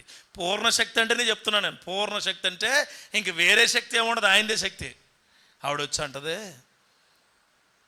నాకు 3 months నుంచి డేట్ రాలేదండి, గర్భఫలం అంటారా ఏంటి, గర్భఫలం అంతే. అంటే 4వ నెల కూడా ఎవరికీ చెప్పలేదు. 5వ నెలలో టెస్ట్ చేయించుకుని నా దగ్గరికి నేను మళ్ళా చర్చికి వెళ్తే వణుకుతూ ఇద్దరు వచ్చి, అయ్యా మీకు చెప్పడానికి కూడా భయం వేస్తుంది. ఎందుకు భయం వేస్తుంది? నేను చెప్పేటప్పుడే దేవుడు భరోసా తీసుకుని చెప్తాను, మీరు చెప్పేటప్పుడు భయపడకూడదు. ఆమేన్. అప్పుడు అంటుంది ఆవిడ, అప్పుడు వాక్యం ఉంటుంది ఏమంటే, ఆయన అద్భుత కార్యాలు చూసేవారు వణుకుచూ ఉంటారట. ఆమేన్. దేవుడి నామములో చెప్తున్నాను, ప్రతి శక్తిని పట్టుకో. ఇప్పుడు 6వ నెలపు గర్భిణి ఆవిడ, 6-7 నెలపు గర్భిణి ఆవిడ. అమ్మ నువ్వు ఎంత ఆనందంగా ఉంటావు అంటే అంటుంది ఆవిడ, మీరు మాట చెప్పారు కదండి, ఆ మాట దేవుడు నాకు ఇచ్చినప్పుడే ఆనందంగా ఉంటున్నాను. ఆమేన్, ఆమేన్. వాళ్ళ కుటుంబానికి వారసుడు లేడంటే వారసుడు ఇస్తాడు దేవుడు. Praise the Lord, praise the Lord. వచ్చిన తర్వాత వాళ్ళ నాన్నమ్మ అంటది వచ్చి, అబ్బాయి పుడతాడండి, గర్భఫలం ఇవ్వడమే ఎక్కువ, అబ్బాయి పుడతారండి, దేవుడు అనుకుంటాగునుగాక. పూర్ణ శక్తి అంటే అది. మూడో మాట చెప్తాను చూడండి. మూడో మాట ఏంటంటే చూడండి, ఆయన నేడు నేను నీకు ఆజ్ఞాపించి మాటలు నీ హృదయములో ఉండవాలి. చూడండి, ఫస్ట్ ఏంటి? వినాలి. రెండోది ఏం చేయాలా? పట్టించుకోవాలా. నీ ఒంటికి పట్టించుకోవాలి. చూడండి, ఊరికి అన్నం వంట పట్టట్లేదురా అంటారు. అంటే ఏంటి? ఎంత తిన్నా ఒకరు ఎలాగ ఉంటారు, కొంతమంది ఎంత తిన్నా ఎలాగ ఉంటారు. అంటే ఏంటి? తిన్నది ఏది అడిగి కొంతమంది అంటారు దుమ్ములోకి వెళ్ళిపోతుందేమో. దుమ్ములోకి ఏమి వెళ్దావు, నువ్వు అనుకుంటున్నావు అంతే. నోట్లోంచి వెళ్ళి జీర్ణమై మళ్ళీ కిందకి వెళ్తా తప్ప దుమ్ముల్లోకి ఏమి వెళ్దావు. దుమ్ముల్లోకి వెళ్ళిపోయి వైద్యము లేదు, అటువంటి మనిషి కూడా లేడు. అంటే కొంతమంది మేక్ కాళ్ళు కానీ ఇచ్చేస్తే బాగా లావైపోతారు. ఏ కాళ్ళు ఇచ్చినా లావు ఎక్కడం. ఒకవేళ నీ కాళ్ళు కోసేసి ఎట్టేసిన లావు ఎక్కడం. అర్థమైందా? అది ఇక్కడ అంటారు చూడండి, ఏమంటున్నాడంటే ఆజ్ఞాపించిన మాటలు పట్టించుకోవడం. రెండోది పట్టించుకోవాలి దేవుడు మాట. రెండోది ఏం చేయాలా? You have to catch. వినే మాట పట్టించుకోవాలి. ఆమేన్. మూడో మాట ఏంటంటే దాచుకోవాలా. ఎక్కడట? దాచడానికి ఏదో ఉంది, అది ప్రత్యేకమైన మాట. దాచుకోండి మాటనే. దేవుళ్ళో క్రైస్తవులుగా దాచుకోవాల్సిన రెండే, ఒకటి విశ్వాసం, రెండు నమ్మకం. ఆమేన్. రెండే దాచుకోండి, ఇంకేమీ లేవు మనకి. దేవుడి మీద విశ్వాసం ఉండాలా, ఆయన నువ్వు నమ్ముతూ ముందుకెళ్ళాలా. ఆమేన్. దేవుడి మీద విశ్వాసం ఉండాలా, ఆయన నువ్వు నమ్ముతూ ముందుకెళ్ళాలా. కాలేజీకి వెళ్తున్నావు, నీకు సీట్ వచ్చి ఉంది, నువ్వు కాలేజీని నమ్ముతున్నావు, హాల్ టికెట్ నమ్ముతున్నావు, బెంచ్ని నమ్ముతున్నావు, అక్కడ ఉన్న టీచర్స్ నమ్ముతున్నావు. Very good, very good. నువ్వు పనికి వెళ్తున్నావు, నీకు పని ఇచ్చినోడు నమ్ముతున్నావు, నువ్వు పని చేసే స్థలాన్ని నమ్ముతున్నావు, నీకు పని ఉండే పనిముట్టును నమ్ముతున్నావు. Very good, very good, very good. నువ్వు పనిలోకి ఏదైనా వ్యాపారం చేసుకుంటే నీ వ్యాపార తెలివితేటలు నమ్ముతున్నావు, నువ్వు చేసే వ్యాపారం నమ్ముతున్నావు, నీకు వచ్చే లాభాన్ని నమ్ముతున్నావు. Thank you, very good. కానీ వాక్యాన్ని నమ్మడం లేదు, సంఘాన్ని నమ్మడం లేదు, సేవకుని నువ్వు నమ్మడం లేదు. దాచుకో దేవుడి వాక్యాన్ని, నీ హృదయంలో దాచుకో. దేవుడి వాక్యాన్ని దాచుకున్న ప్రతి ఒక్కరూ ఆయన రెక్కల నీడలో దాగుకునే ఉంటారు. ఎంతోమంది తరిమిన దావీదు, ఎంతోమందికి చిక్కుకుపోయే దావీదు దేవుడి రెక్కల సన్నిధిలో దాచబడి ఉన్నాడు. అనేక సింహాలు ఎదురు చూసి పీక్కు తినేద్దాం అనుకున్న దానియేలు సింహాల బోనులో దాచబడి ఉన్నాడు. నీవు కూడా నీ పూర్ణ హృదయముతో పూర్ణాత్మతో వంట పట్టించుకుని దేవుడి వాక్యాన్ని నీ హృదయంలో దాచుకో. అవసరమైనప్పుడు డబ్బులు దాచుకుంటావు నువ్వు, చీరలు దాచుకుంటావు నువ్వు, చాలా చాలా మంచి ఎక్విప్మెంట్లు దాచుకుంటావు. ఇక చదువుకునే పిల్లలు అయితే డైరీ మిల్కులు దాచుకుంటారు, కవర్లు దాచుకుంటారు, నెమలికలు దాచుకుంటారు. మరి దరిద్రం ఇదే. పిల్లలు ఎట్టయితే ఏంటి పిల్లలు ఎక్కడ ఎడతాయి? అలా నేను 10th క్లాస్లో అనుకునేవాడిని, ఎప్పటికీ పెట్టలేదు పిల్లది. మళ్ళీ దానికి మేత వేసి ఇవ్వండి. నేను మేత ఏంటో తెలుసా? అది వెరీ గుడ్. తెలిసి నా బ్యాచ్ చాలామంది ఉన్నారు అక్కడ. అన్నీ దాచుకుంటాం. నేను ఇంజనీరింగ్లో నాకు వచ్చింది మార్కుల షీట్ దాచుకున్నా, ఇంజనీరింగ్లో నాకు వచ్చిన చాలా మెమెంటోలు దాచుకున్నా, క్రికెట్లో నాకు వచ్చిన మెమెంటోలు దాచుకున్నా, నాకు వచ్చిన గోల్డ్ మెడల్ దాచుకున్నా, నాకు వచ్చిన అప్రిషియేషన్స్ అన్నీ దాచుకున్నా, నాకు ఇష్టమైన వ్యక్తుల ఫోటోలు దాచుకున్నా, నాతో ఉన్న ఫ్రెండ్స్ ఫోటోలు దాచుకున్నా, నాతో ఉన్న ప్రతి సంబంధాన్ని నేను దాచుకున్నా. అవేవి నాకు ఉపయోగపడలా.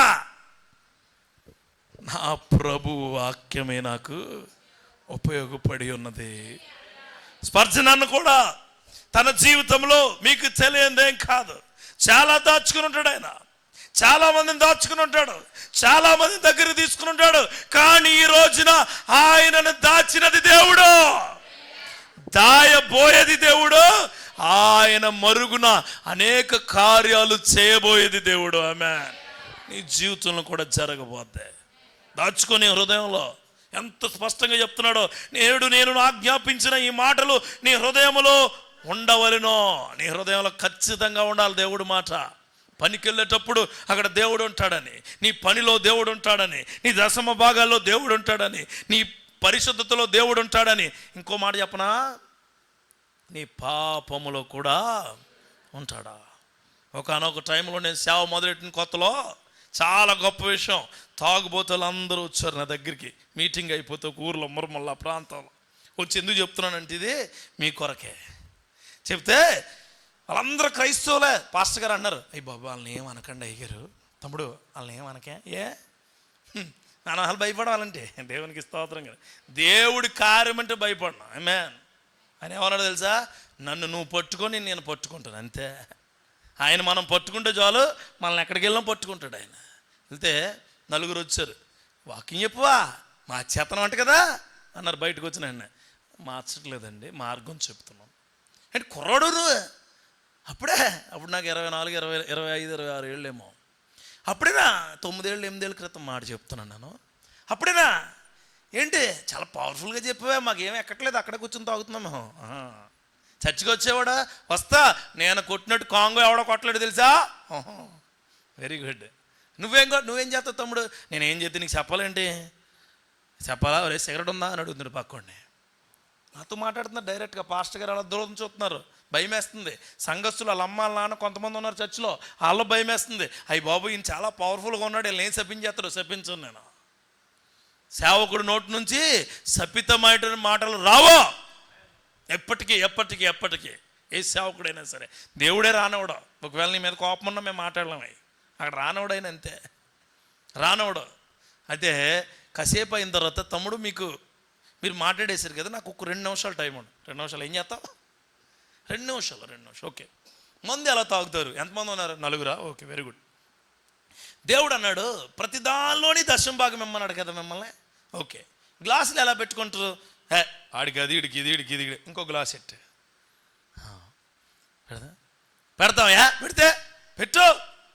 పెడతావా? పెడితే పెట్టవా? ఇప్పుడు ఏం చేయాలి? ఏం చేస్తాడు? మందు వేసుకుంటాం. అయ్యి మరి 1, 2, 3, 4, 5 దేవుడికి. అయ్యో బాబే, దాంట్లో ఒకడు అన్నా దేవుడికి మండేటువంటి అన్న బాబు. మరి అంతే, మరి నువ్వు చేసిన ప్రతి పాపానికి ఆయన శిక్ష అనుభవిస్తాడు. నువ్వు అలవాటు చేస్తున్న ప్రతి దరిద్రమైన అలవాటు ఆయనకు కూడా తీసుకున్నాడు. దాంట్లో ఇద్దరు, అన్నా పాపం ఏదో తాగడానికి వచ్చాం, చాలా పాపం అంటే దాంట్లో ఒకడు ఆగవే ఏదో చెప్తున్నాడు. ఆయన చెప్పనే సిగరెట్ తాగుతారా? తాగుతాం. ఎంతమంది తాగుతారు? 3 తాగుతామన్నా ఒకడు తాగుడు, అయితే 4వ దేవుడు. మీరు తాగేసిన తర్వాత ఇవ్వండి, మీరు తాగేసిన తర్వాత పోయండి, మీరు పీల్చేసిన తర్వాత ఇవ్వండి, మీరు తినేసిన తర్వాత మిగిలింది ఇవ్వండి. కానీ ఏదైతే మీరు తాగేసిన తర్వాత తీసుకున్నాడో, ఏదైతే మీరు పీల్చేసిన తర్వాత తీసుకున్నాడో, ఏదైతే మీరు పడిపోయిన తర్వాత పడగొట్టిపోయాడో ఆయన మిమ్మల్ని లేవనెత్తాడు. దేవునికి స్తోత్రం కలుగును గాక. గుర్తుపెట్టుకో. నువ్వు దాచుకున్న ఆ విశ్వాసం అనే వాక్యము, ఆ నమ్మకం అనే వాక్యము నీకు ఇబ్బంది కలిగినప్పుడు తీయాల బయటికే. 4 మోకరించారు. దేవునికి స్తోత్రం కలుగును గాక. ఫుల్గా తాగేసి 4 మోకరించి, మాకేదో అయిపోతుంది, మా జీవితం పాడైపోయింది అన్నారు. టైం చూసుకోమన్నాను, ఇంకా 1.5 నిమిషం అయింది, ఇంకా 1/2 నిమిషం ఉంది. టేక్ యువర్ డిసిషన్, నిర్ణయం తీసుకో అంటే ఒక నిర్ణయం తీసుకున్న వాళ్ళు, మేము ఈ యొక్క దరిద్రములో ఎప్పటికీ ఉండో. నిన్ను దేవుడే ఆయన మాటలతో మాతో మాట్లాడించాడు. ఒకవేళ అది మేము వినకపోతే మా బ్రతుకే శూన్యం. ఈ రోజున దాంట్లో ఒకడు సేవకుడిగా మారిపోయాడు. దేవునికి సేవకుడిగా తర్ఫీదు పొందుతున్నాడు. మిగిలిన 2 వాళ్ళు ఒక ట్రావెల్స్ బస్సు నడుపుకుంటున్నారు. మిగిలిన ఒక మనిషి మంచి కాలేజీలో వేరే రాష్ట్రంలో చదువుకుంటున్నాడు. దేవునికి స్తోత్రం కలుగునుగా. పాస్టర్ గారు అన్నారు 32 ఏళ్ళు సేవ అన్నది. మీ వాక్యం ఎట్టా ఉందంటే ఆ 4 మార్చే విధంగా ఉంది. ఆమేన్. తల్లిదండ్రులు నా దగ్గరకు వచ్చి, అయ్యా నా బిడ్డలు మారారని నేను అన్నా, నా బిడ్డల్లో దేవుడు వెలిసాడని అంటాను. ఆమేన్. ఆ క్రియమానలో ఉండాలి. వాక్యం నీలో పెట్టుకో. దేవుడు అవసరమైనప్పుడు దేవునికి స్తోత్రం కలుగును. అవసరం చూడండి, ఫంక్షన్కి వెళ్ళినప్పుడు పట్టు చీర తెస్తారు. అట్ట ఫంక్షన్కి వెళ్ళినప్పుడు ఏం చేస్తారు? పట్టు సెంట్ ఉంది, సెంట్ కట్టుకుంటారు. సెంట్ చూడండి, పెన్ను మంచి పెన్ను, మంచి పెన్ను పెట్టుకో జేబులో. అమ్మా ఉంగరం ఉంది, దాచుకోవాలి. వాక్యం నీకు అవసరమైనప్పుడు తీయాలా, నీకు ఇబ్బంది అయినప్పుడు తీయాలా, నీ క్షణము ఎప్పుడైనా బాధ అనిపిస్తే వాక్యం తీయాల్సిందే. ఆమెన్. భయపడమాకండి, ఏ మనిషి దగ్గర భయపడమాకండి. నువ్వు క్రైస్తవుడు క్రైస్తవురాలువో, నీకంట దరిద్రమైన బ్రతుకు ఎవరో బ్రతుకుంటారు. ముందు నువ్వు గొప్ప బ్రతుకు బ్రతుకుతున్నావు ఇప్పుడు. హల్లెలూయా. ముందు నీ బ్రతుకు వేరో. దరిద్రులు, హీనులు, దుష్టుల ముందు అతి పరిశుద్ధమైన దేవుడు మాటలు తీయడం తప్పేముంది? తీసి మాట్లాడంతే. తీసి మాట్లాడు. నా ప్రభు నాతో ఉంటున్నాడు. చివరి మాట చెప్పి నేను ముగిస్తాను. చివరి మాట ఉంటుంది, చదవండి ఒకసారి. 7, 8, 9 ఉంటుంది. ఏమంటాడంటే ఆయన, నీవు నీ కుమారులకు వాటిని అభ్యసింపచేసి నీ ఇంట కూర్చున్నప్పుడును, త్రోవ నడుచున్నప్పుడును, పండుకొనున్నప్పుడును, లేచినప్పుడును వాటి గురించి మాట్లాడవలను. సూచనగా వాటిని చేతికి కట్టుకొనవలను. అవి నీ కన్నుల నడుమ బాసికము వలె ఉండవలను. నీ ఇంటి ద్వారబంధముల మీదను నీ గౌనుల మీదను వాటిని వ్రాయవలెను. 4వది ఏంటంటే దేవుడి వాక్యాన్ని గౌరవించాలి. దేవుడి వాక్యాన్ని గౌరవించాలి. మొట్టమొదటిది వినాలి, 2వది పట్టుకోవాలి, 3వది దాచుకోవాలి, 4వది గౌరవించాలి. నీ ఇంటికి ఎవరైనా పెద్ద వ్యక్తి వస్తే నమస్తే సార్, వందనాలండి అంటాం కదా. పిల్లలు ఆడుకుంటుంటే ఏయ్ వందనాలు చెప్పు, అరే వందనాలు చెప్పరా, వందనాలు చెప్పు, కొడతామా వందనాలు, అరే ఆయన ముందు తప్పుగా మాట్లాడకూడదు రే అని చెప్తాంగా. అదే చెప్తున్నాడు దేవుడు, నీ బిడ్డలకు దేవుని ఎడల గౌరవం నేర్పో. అదే నీ జీవితంలో ఎదుగుదలకు మార్పు. అదే నీ బిడ్డలకు గౌరవం నేర్పో. పాస్టర్ గారితో ఎలా ఉండాలి, సంఘంలో ఎలా ఉండాలి, పెద్దోళ్ళతో ఎలా ఉండాలి, నీ యొక్క దేవుడి యొక్క విలువైన మాటలను ఏ విధంగా ఇతరులతో మాట్లాడాలో నువ్వు నేర్పాలి నీ బిడ్డలకి.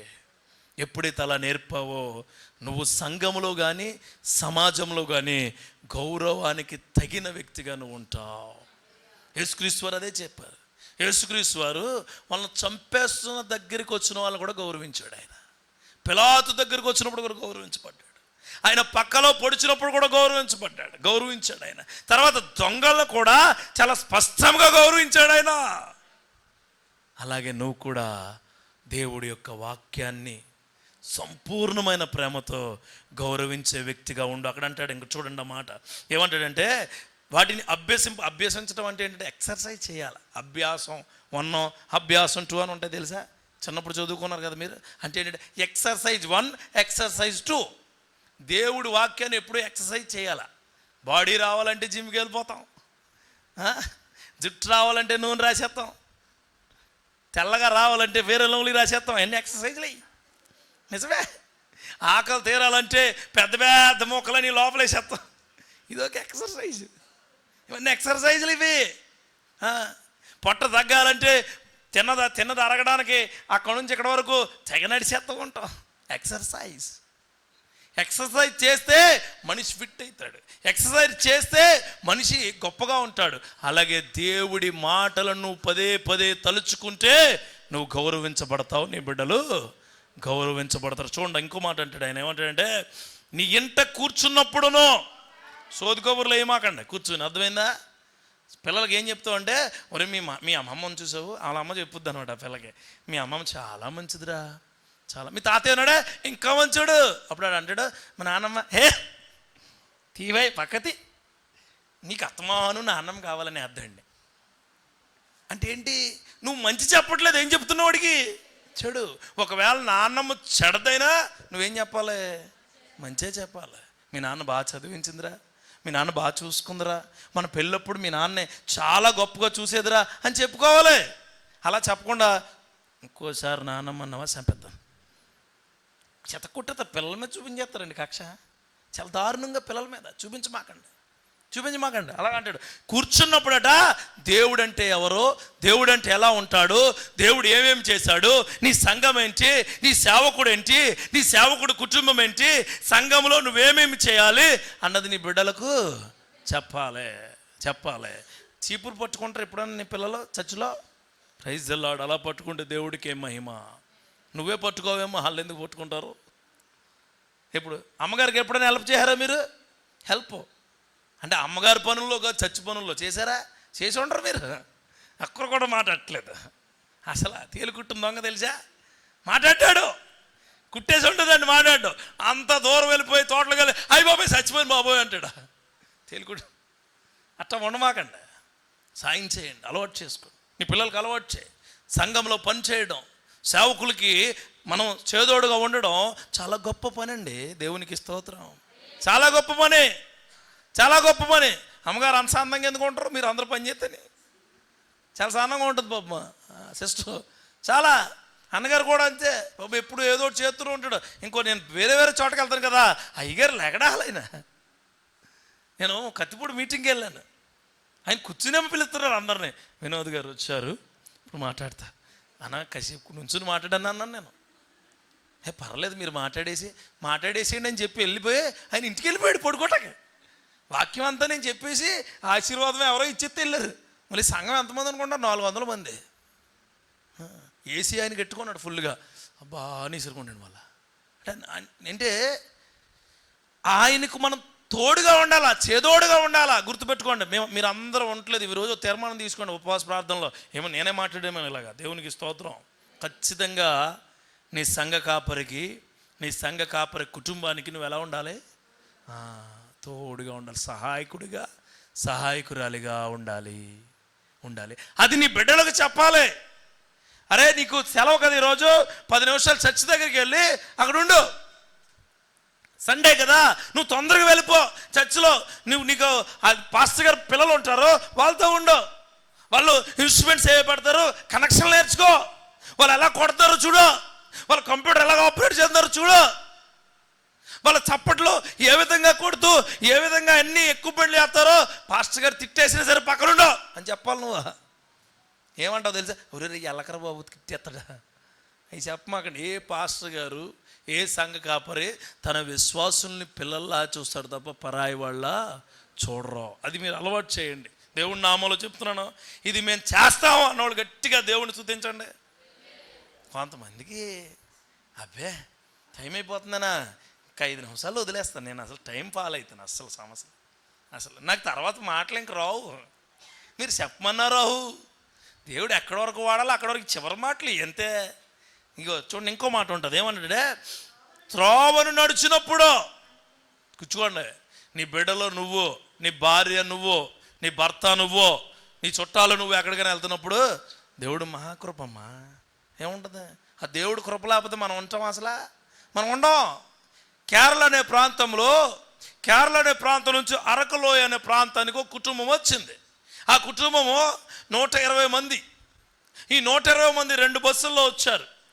ఈ అరకులోయ అనే ప్రాంతం క్రైస్తవులే, అలా చెప్తున్నాను, క్రైస్తవులే, ప్రార్థనా పరులు, దేవుడి యొక్క చిత్తాన్ని తెలుసుకున్న కుటుంబం.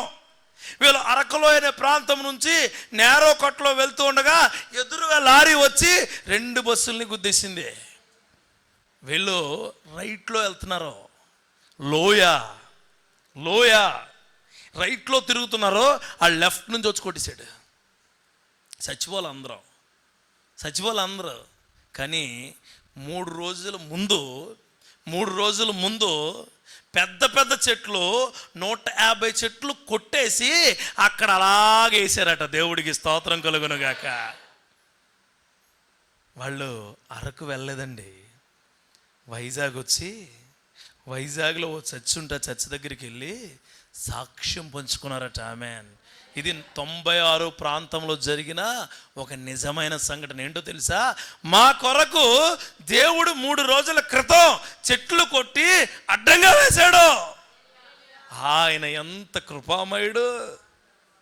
దాంట్లో ఒక ఆయన రాజా ఎలెస్ట్ అని ఆయన ఇప్పుడు ప్రపంచంలో సువార్త ప్రకటిస్తూ ఉన్నాడు.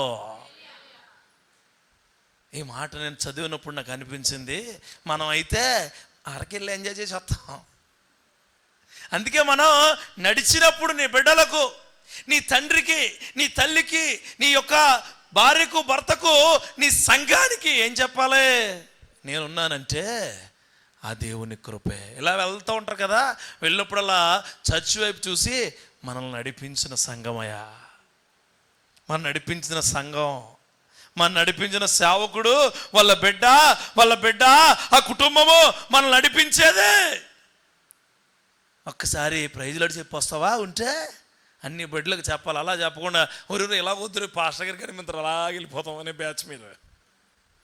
ఒకవేళ అలాంటి బ్యాచ్ అయితే జాగ్రత్త. నడుచున్నప్పుడు నువ్వు దేవుడి వాక్యాన్ని, దేవుడి సంఘాన్ని, దేవుడి యొక్క సంఘ కాపరిని నువ్వు గౌరవించాల్సిందే. ఇంకోటి అంటాడు ఆయన, పడుకున్నప్పుడు లేచినప్పుడు. పడుకున్నప్పుడు అండి, ఇక్కడ ఎంతమంది పడుకున్నప్పుడు ప్రార్థన చేస్తారు? నిద్రపోతున్నప్పుడు ప్రార్థన చేస్తారన్న వాళ్ళు నిద్రపోతున్నప్పుడు ప్రార్థన చేద్దాం. నిద్రపోయే ముందు చేయాలి. చేతులు ఎత్తేరు ఇద్దరు ముగ్గురు, వినాలి సరిగ్గా. అదే అన్నాను, ఇశ్రాయేలు వినుము మానేరు. నిద్రపోయే ముందు ప్రార్థించాలి. ఏం ప్రార్థన చేస్తారు నిద్రపోయే ముందు? నేను నేర్పుతాను చిన్న ప్రార్థన. ఏం చేస్తారు? ప్రభువా పడుకుంటున్నాను, గొరక రాకుండా పడుకోబెట్టి. మరి ఏంటి, ఏం ప్రార్థన చేస్తారు? ప్రార్థన ఎలా చేయాలో చెప్తారు. ప్రభువా ఈ రోజంతా కాచి కాపాడావు, తోడుగా ఉన్నావు, కష్టం వచ్చినప్పుడు ఇబ్బంది వచ్చినప్పుడు నన్ను నడిపించవా, నా బిడ్డల్ని నన్ను అందరినీ కాపాడావు, ఏ యొక్క చెడు వార్త లేకుండా మమ్మల్ని నడిపించో, నీకే వందనాలు. ఇదిగో నీ నామంలో పడుకుంటున్నానో, నీ నామంలో లేవాలి. ఆమేన్. నా పని అంతట్లో తోడుగా ఉన్నావు, నా రాబడిలో తోడుగా ఉన్నావు, నాకు సుఖవంతమైన నిద్ర ఇచ్చి నన్ను నడిపించయ్యా అని అడగాల. ఎంత స్మూత్గా అడగాలి దేవుడిని. ఆమేన్. పొద్దుటికి లెగిసిన వెంటనే సెల్ల ఎక్కడ ఉంది? సెల్ల ఉందా? కొంతమంది ఒరే ఆల్మొఖం వేలమొఖం చూడకరోయ్, నీ ముఖం చూసుకు అద్దంలోకి వెళ్ళిపోంట. పొద్దుటికి లెగిసిన వెంటనే నాన్న మా అమ్మలు ఏమంటారు? ఒరే దాని ముఖం అసలు చూడకు. ఏంట అసలు నీ ముఖం చూడకూడదు ముందు. పిల్లలకి అవి నేర్పకండి. భర్తకి చూడండి, ఈ లోపల ఏదైనా దెబ్బ తగులు వచ్చేయడానికి ఇంటికి చిన్న దెబ్బ, కాలుకి ఏదైనా, పొద్దుట ఆవిడ ముఖం చూసావు వెంటనే చెప్పాలి అతను ఏమని, నీ ముఖం చూసానని. నీ ముఖం చూసి ఇంకెప్పుడు అడగదా. అవి మానేయండి క్రైస్తవులుగా. అవి మనం దెబ్బలు చిన్న చిన్నవి అన్నీ తగులుతూ ఉంటాయండి ఈ లోకంలో. యేసుక్రీస్తు వారికే బోలు దెబ్బలు తగిలినాయి, పేతురికే బోలు దెబ్బలు తగిలినాయి, పౌలు గారికే బోలు దెబ్బలు తగిలినాయి, దానియేలుకే బోలు దెబ్బలు తగిలినాయి, ఎలీషాక అన్నం లేదు, ఏలియాకు ఇబ్బందులు ఎదురైనాయి, యోసేపుని గుంటలో పడేశారు, యోసేపుని జైల్లో పడేశారు, అబ్రాహాముని అందరూ హింసితే అబద్ధాలు ఆడి స్టేజ్కి వెళ్ళిపోయాడు. ఎవరికి లేవు బాధలు లేవా? ఇవన్నీ మీకు తెలుసు. అయినా సరే మీరు చాలా జాగ్రత్తగా ఎవడి ముఖం చూసావు? వాళ్ళ ముఖం వీళ్ళ ముఖం కాదు, దేవుడి ముఖం చూడాలి. ఆమేన్. లేచిన వెంటనే లేచిపోకండి. లేచిన వెంటనే బెడ్ మీద కూర్చుని అయ్యా నీకు వందనాలని అక్కడ కుదిరితే అక్కడే మోకరించి ప్రభువా నీకు స్తోత్రమయ్యా, మరలా నా రోజుని ప్రారంభించే శక్తి ఇచ్చావు, నన్ను నడిపించు ప్రభువా అని అప్పుడు నీ పనులు మొదలు పెట్టుకోండి. అప్పుడు దేవుడు మిమ్మల్ని కృపతో నడిపిస్తాడు. ఇంకోటి అంటాడు, గవనిల యొద్ద ఆయన ఉంచుకోమంటాడు. ఆయన ఏమన్నాడు? ఆయన చూడండి ఆ మాట, చివరి మాట అంటాడు, నీ ఇంటి ద్వారబంధముల మీదను నీ గౌల మీదను వాటిని వ్రాయవలను. నువ్వేం చేస్తావు తెలుసా? అయ్యగారు క్యాలెండర్ తగిలించేస్తావు అక్కడ. కొంతమంది క్యాలెండర్లు ముద్దులు ఎట్టుకెళ్ళిపోతారండి. బ్యాచ్ గొప్ప బ్యాచ్ ఉంటుంది. కరెక్ట్గా 15వ తారీఖు ఉంటే 15వ తారీఖు ముద్దెట్టేసుకుంటారు. చూసాను అలాంటి చాలా బ్యాచ్ నేను. వెళ్ళిపోయి ముద్దెట్టేసుకుని ఏంది ఇది. కొంతమంది వాక్యం ఉంటే వాక్యం తెగ ముద్ద, మన సొల్లంటికి పోద్ది దానికి. వాక్యం పవిత్రమైన వాక్యం ముద్దు పెట్టుకోవడం కాదు, హృదయంలో దాచుకోమన్నాడు దేవుడు. ఆమేన్. గవనిల యొద్ద ఉంచుకోమంటే ప్రభువా ఇది నువ్వు స్థాపించిన స్థలం, ఇక్కడ నువ్వు తప్ప వేరే వాళ్ళు సంచారం చేయకూడదు, నువ్వు మాత్రమే ఉండాలా. అది అంటించుకోవడం అంటే కుటుంబం అంతా కలిసి ప్రార్థించుకునే విధంగా ఉండాలి. చూడండి, గౌరవించుకునే క్రైస్తవుడు, క్రీస్తుని గౌరవించుకునే క్రైస్తవుడు, సంఘాన్ని గౌరవించుకునే క్రైస్తవుడు, సంఘ కాపరిని గౌరవించుకునే క్రైస్తవుడు పరలోక దర్శనానికి అర్హుడు. ఆ గొప్ప కార్యము మీకును మీ సంఘానికి మీ కుటుంబాలకి ఉండునుగాక. చూడండి, ప్రత్యేకమైన దినాలైనా హల్లెలూయా చెప్పండి. నేను చెప్పిన దానికి ప్రత్యేకమైన దినాలైనా అవును అంటున్నారు కానీ చెప్పట్లేదు. అలా ప్రత్యేకమైన దినాలైనా దేవునికి స్తోత్రం, ప్రత్యేకమైన వార్తైనా దేవునికి స్తోత్రం, ప్రత్యేకమైన మాటైనా దేవునికి స్తోత్రం, ప్రత్యేకమైన పట్టింపైనా దేవునికి స్తోత్రం, ప్రత్యేకమైన దాచుకోవడమైనా దేవునికి స్తోత్రం, ప్రత్యేకమైన గౌరవమైనా దేవునికి స్తోత్రం. వినేవారిగా, పట్టించుకునేవారిగా, దాచబడేవారిగా, గౌరవించబడేవారిగా యేసుక్రీస్తు వారు మిమ్మలను మీ తరతరముల వారును మీ సంఘమును బహు శ్రేష్టముగా దీవించునుగాక. ప్రార్థిద్దాం. అందరూ తలలో వంచండి. ప్రభువా మీకు వందనాలు అయ్యా, మాతో సూటిగా స్పష్టంగా మాట్లాడారు. నిజమే అయ్యా, మోషే ఇశ్రాయేలు ప్రజలకు చెప్పిన మాట వారు వినలేదు. అప్పుడు మీరు చెప్పిన మాట, ఇశ్రాయేలు వినుము వినుము. ఇప్పుడు కూడా ఈ సంఘములో అనేకమైన మాటలు వింటున్న వీరికి మీరు చెబుతూ ఉన్న మాట, ఇశ్రాయేలు వినుము, దేవుడి మాట వినుము, దేవుడి కార్యాన్ని వినుము, సేవకుడి మాటను వినుము, సంఘమును వినుము. ఎస్ ఎస్ చెబుతున్నాడు దేవుడు, నీ అప్పుల భారము తీరబోతూ ఉంది, వినుము. ఎస్, నీ బాధలు ఇబ్బందులు తీరబోతున్నాయి, వినుము. ఎస్, నీ కుటుంబ భారాలు కష్టాలు అన్ని తీరబోతున్నాయి, వినుము. ఎస్, అన్నదమ్ములు అసహించుకుంటున్న నీ జీవితంలో వినుము. దేవుడు గొప్ప కార్యము చేయబోతున్నాడు. ఎవరు ఊహించలేనిది, ఎవరు కనుగొనలేనిది, ఎవరు తీర్చలేనిది, ఎవరు గుర్తించలేనిది ఆ కార్యము ఈ సంఘం పైన వెలుగుగా ఉండబోతుంది, వెలుగుగా ఉండబోతుంది, వెలుగుగా ఉండబోతుంది. Yes, thank you Lord, thank you. గర్భ ఫలము లేదా నీ బంధువులకు?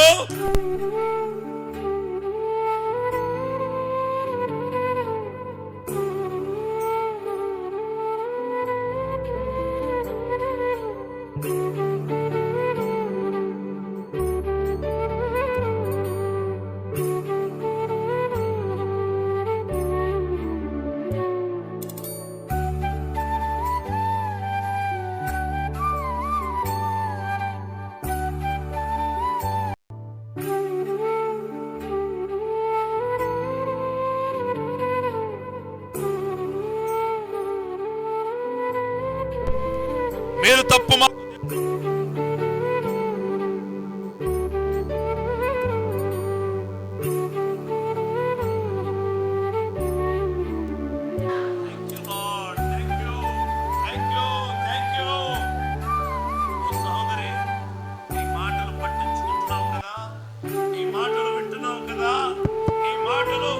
నడిపించే దేవుడు, నిన్ను కాపాడే దేవుడు, నిన్ను చూపించే దేవుడు, నిన్ను పరిశుద్ధంగా ఉంచే దేవుడు. పఠించుకో, ఈ మాటలు పఠించుకో. నీ అప్పులు తీరబోతున్నాయని పఠించుకో, నీ కుటుంబం బాగుపడుతుందని పఠించుకో, నీ పరిస్థితులు మారబోతున్నాయని పఠించుకో, నీ ప్రతి దీవెన నీకు వస్తుందని పఠించుకో. థ్యాంక్ యూ, థ్యాంక్ యూ అయ్యా. ఇన్ని రోజులు నేను చాలా దాచుకున్నాను, నా బంగారం దాచుకున్నాను, నా డబ్బులు దాచుకున్నాను, నా వస్త్రాలు దాచుకున్నాను, నా క్రియలు దాచుకున్నాను, నా పాపము దాచుకున్నాను, నా సీక్రెట్ లైఫ్ దాచుకున్నాను. అయ్యా, అవి ఇవి దాచుకోవడం కాదయా, అవి ఇవి తీసుకోవడం కాదయా, అవి ఇవి దాచుకుని ఉంచేవాడిగా కాక మీ వాక్యాన్ని, మిమ్మల్ని దాచుకునే కృపను నాకు దయచేయండి, దయచేయండి. సహోదరుడు, వదిలిపెట్టు, నీ పాపాన్ని వదిలిపెట్టు, నీ బానిసత్వాన్ని వదిలిపెట్టు, నీ క్రియలను వదిలిపెట్టు, ఈ లోకములో పట్టింపులు వదిలిపెట్టాయి. యేసు నామములో ఆయన రెక్కల సన్నిధిలో నువ్వు దాచబడదువుగాక, దాచబడదువుగాక, దాచబడదువుగాక. దేవుడి చేత దాచబడిన వాడు ఎవడి చేత దోచుకొనబడడా. Thank you Lord, thank you, thank you, thank you. నా హృదయంలో నీ వాక్యము, నా హృదయంలో నీ మాట, నా హృదయంలో నీ ప్రార్థన, నా హృదయంలో నీ సంఘము, నా హృదయంలో నీ క్రియలు మాత్రమే ఉండును గాక. చివరిగా ప్రభువా, అవమానించబడిన బ్రతుకు, గేలి చేయబడిన బ్రతుకు, ఇబ్బంది పడుతున్న నా బ్రతుకు, ఎవరు చూడలేని బ్రతుకు గౌరవంగా ఉండే బ్రతుకుగా మారబోతూ ఉంది. ఇదిగో మీ వాక్యాన్ని గౌరవించాలి. నా కుమారులు, నా కుమార్తెలు, నా కుటుంబము నిన్ను, నీ సంఘాన్ని, నీ సంఘ సేవకుడును గౌరవించుకునే కృపను మాకు దయచేయండి, దయచేయండి. మనుషులను గౌరవించడం కాదు, వస్తువులను గౌరవించడం కాదు, ప్రదేశాలను గౌరవించడం కాదు, బొమ్మలను గౌరవించడం కాదు, సినిమా తారులను గౌరవించడం కాదు, రాజకీయ నేతలను గౌరవించడం కాదు, నా దేవుడి నామాన్ని గౌరవించుకుంటాం, నా దేవుడి క్రియల్ని గౌరవించుకుంటాం. అట్టి మహిమ ప్రతి ఒక్కరికి ఉండదు కాక. Thank you Lord, thank you అయ్యా. 18 దినాలు మమ్మల్ని నడిపించావు. 19వ దినములో మీ కృప మాకు చాలును, మీ కృప మాకు చాలును. 20వ దినము, 21వ దినము మీ కృప మాత్రమే చాలును. Thank you Lord, thank you. 22వ దినము మొదలుకొని ఈ నెలాఖరు వరకు సాక్ష్యాలు వినబోతున్నా. Thank you Lord, thank you. సేవకుడి కోసం ప్రార్థిద్దాం. Thank you Lord, thank you. సేవకుడిని దీవించండి. ప్రతి ఇబ్బందికరమైన మాట నుండి, ప్రతి ఇబ్బందికరమైన నెరవేర్పు నుండి, ప్రతి ఇబ్బందికరమైన క్రియల నుండి, ప్రతి ఇబ్బందికరమైన అనేక మనుషుల నుండి దాచబడుదురుగాక. విలువైన యుద్ధములో గెలుపు వీరుడుగా ఉంచునుగాక, గెలుపు వీరుడుగా ఉంచునుగాక. శక్తివంతమైన క్రియలు నెరవేర్పు నడిపించునుగాక. ఇచ్చిన అన్నదమ్ములను దీవించండి, ఆశీర్వదించండి, కృపతో నడిపించండి. మీ మహిమ వారిపై ఉంచండి. దూరాన్నున్న చిన్న నేను ప్రత్యేకించి నడిపించండి. మరి భార్యను, బిడ్డను దీవించి నడిపించండి అయ్యా. ఇచ్చిన పెద్ద బిడ్డను ప్రత్యేక పరిస్థితుల్లో నడిపించండి. పెద్ద నేను, వదినను, వాళ్ళ బిడ్డలను, వారి అల్లుళ్లను ప్రత్యేక పరిస్థితుల్లో నడిపించండి అయ్యా. ఆత్మీయ అన్నగారికి ఇచ్చిన భార్యను ఆరోగ్యములో, ఆత్మీయతలో, కృపలో, కాపుదలలో ప్రత్యేకంగా నడిపించండి. ఇచ్చిన బిడ్డలిద్దరును కూడా ఒక ఎలీషాలా, ఒక ఏలియాలా, ఒక దానియేలులా, ఒక షడ్రక్ మేషక్ అబేద్నెగోలా, ఒక గొప్ప సేవకుడిలా తీర్చిదిద్ది నడిపించండి అయ్యా. వారి నడిపింపులో కూడా మీ కృప బాహుళ్యం ఉంచమని అడుగుచూ ఉన్నాను అయ్యా. ఈ సంఘ ప్రాకారాలు లేవనెత్తండి, ఈ సంఘ ప్రాకారాలు విస్తరింప చేయండి. ఈ సంఘముకు వచ్చి ఆగిపోయిన ప్రతి జీవి, ప్రతి జీవము మరలా తిరిగి వచ్చుదురుగాక. మరలా తిరిగి వస్తారు, మరలా తిరిగి నిర్మించబోతారు. మీ సేవకుడిలో కొత్త రకమైన సేవకుడిని మీరు చూడబోతారు. కొత్త రకమైన సేవకుడిని, కొత్త అభిషేకాన్ని, కొత్త స్వస్థతలను, కొత్త క్రియలను నాకు కనిపిస్తూ ఉన్నది. నీ సేవకుడు ఆ కార్యాల వైపు నడవబోతూ ఉన్నాడు. Thank you. ఇది దేవుడు ఏర్పరిచిన సంఘము, ఇది దేవుడు ఏర్పరిచిన క్రియలు, ఇది దేవుడు ఏర్పరిచిన ప్రార్థనలు. ఇదిగో నాకు కనిపిస్తూ ఉన్నది. నిండి ఉన్న నీ సంఘము గిన్నె పొంగి పొర్లిపోయే క్రియలు, ఆర్థిక స్థితి నిలదొక్కుకొనుగాక. Thank you Lord, thank you, thank you, thank you. ప్రతి మనస్సు, ప్రతి మనస్సు, ప్రతి విశ్వాసే, ప్రతి కార్యము ప్రత్యేకమైనదే ప్రభువా. మీ అద్భుతమైన క్రియ, అద్భుతమైన కార్యాలు ప్రతి ఒక్కరికి దయచేసి నడిపిస్తున్నందుకు మీకే వందనాలయా, మీకే వందనాలు. నిజమే ప్రభువా, మీరు లేకపోతే మేము లేము, మా ప్రజలు లేరు, మా సంఘము లేదు, మా సంఘ కార్యాలు లేవు. మీరుంటే ప్రత్యేకమైనదే, మీరుంటే ప్రత్యేకమైనదే. నా ఇంటిలో మీరుంటే ప్రత్యేకమైనదే, నా కుటుంబంలో మీరుంటే ప్రత్యేకమైనదే, నా బిడ్డల్లో మీరుంటే ప్రత్యేకమైనదే, నా సంఘంలో మీరుంటే ప్రత్యేకమైనదే. ప్రత్యేకమైనది. ప్రార్థిద్దాం. మహాపరిశుద్ధుడు, ప్రేమ కలిగిన ప్రియ పరలోకపు తండ్రి, మీకు వందనాలు అయ్యా. బహు స్పష్టంగా, బహుసూటిగా, బహుశక్తివంతంగా మీరు మమ్మల్ని నడిపించారు. మీ కార్యాలను బట్టి, మీ క్రియలను బట్టి, ఈ ప్రత్యేకమైన ప్రార్థనలలో మీ కార్యాలు ప్రత్యేకమైనవి. ప్రతి కుటుంబంలో మీరుండండి, ప్రతి మనిషిలో మీరుండండి, ప్రతి దీవెనలో మీరుండండి, ప్రతి ఇబ్బందుల్లో మీరుండండి, ప్రతి అవసరతలో మీరుండండి అయ్యా. నోరు తెరిచి అడిగిన ప్రతి వ్యక్తికి మీరుండండి. మీ క్రియలు, మీ కాపుదల వాళ్ళ ఆరోగ్యాల్లో, వాళ్ళ ఆర్థిక అవసరాల్లో, వాళ్ళ పనుల్లో, వాళ్ళ వ్యాపారాల్లో, వాళ్ళ గర్భఫలాల్లో, వాళ్ళ బిడ్డల భవిష్యత్తులో, వాళ్ళ భార్య భర్తల అన్యోన్యతలో, వాళ్ళ కుటుంబ అవసరాల్లో, వాళ్ళ అన్నదమ్ముల అవసరాల్లో మీరు ప్రత్యేకమైన వారుగా ఉందురుగాక అయ్యా. ఇదిగో మేము మా సేవకులుగా వచ్చిన సేవకులను బట్టి, రాబోయే సేవకులను బట్టి ప్రత్యేకించబడిన వారిగా ఉంచుమని అడుగుచున్నాం. ఆ కార్యాలు నిలవబెట్టునుగాక అయ్యా.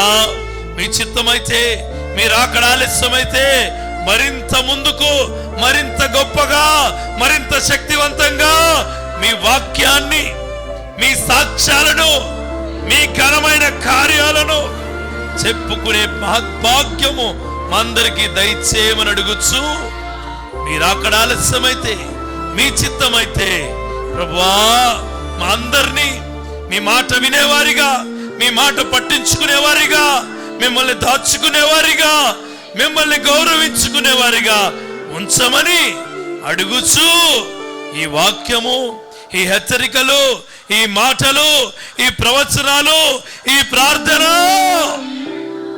యేసు పరిశుద్ధ నామములో సమర్పిస్తున్నాము తండ్రి. గట్టిగా ఆమేన్. గట్టిగా చప్పట్లు కొడదాం. సమస్త మహిమ ఘనత యేసుక్రీస్తు వారికే చెల్లునుగాక.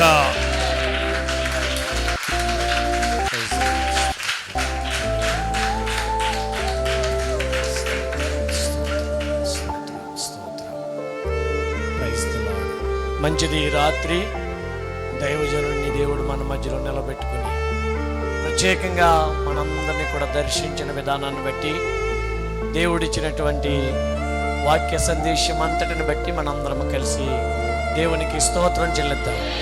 హల్లెలూయా. మంచిది. వాక్యం అందించినటువంటి దైవజనులు బ్రదర్ వినోద్ గారికి ప్రత్యేకమైన వందనాలు మా కుటుంబం తరపున, సంఘం తరపున మరొకసారి తెలియజేస్తూ ఉన్నాను. అదేవిధంగా వారి కొరకు, వారి యొక్క పరిచర్య కొరకు మనం ప్రార్థన చేద్దాం. దేవుడి కడవరి దినాల్లో అద్భుతమైన రీతిగా వారిని వాడుకుంటున్నారు. ఇంకను వాడుకున్నట్లుగా ప్రార్థన చేసేవారిగా ఉందాం. దేవుని స్తోత్రం. హల్లెలూయా.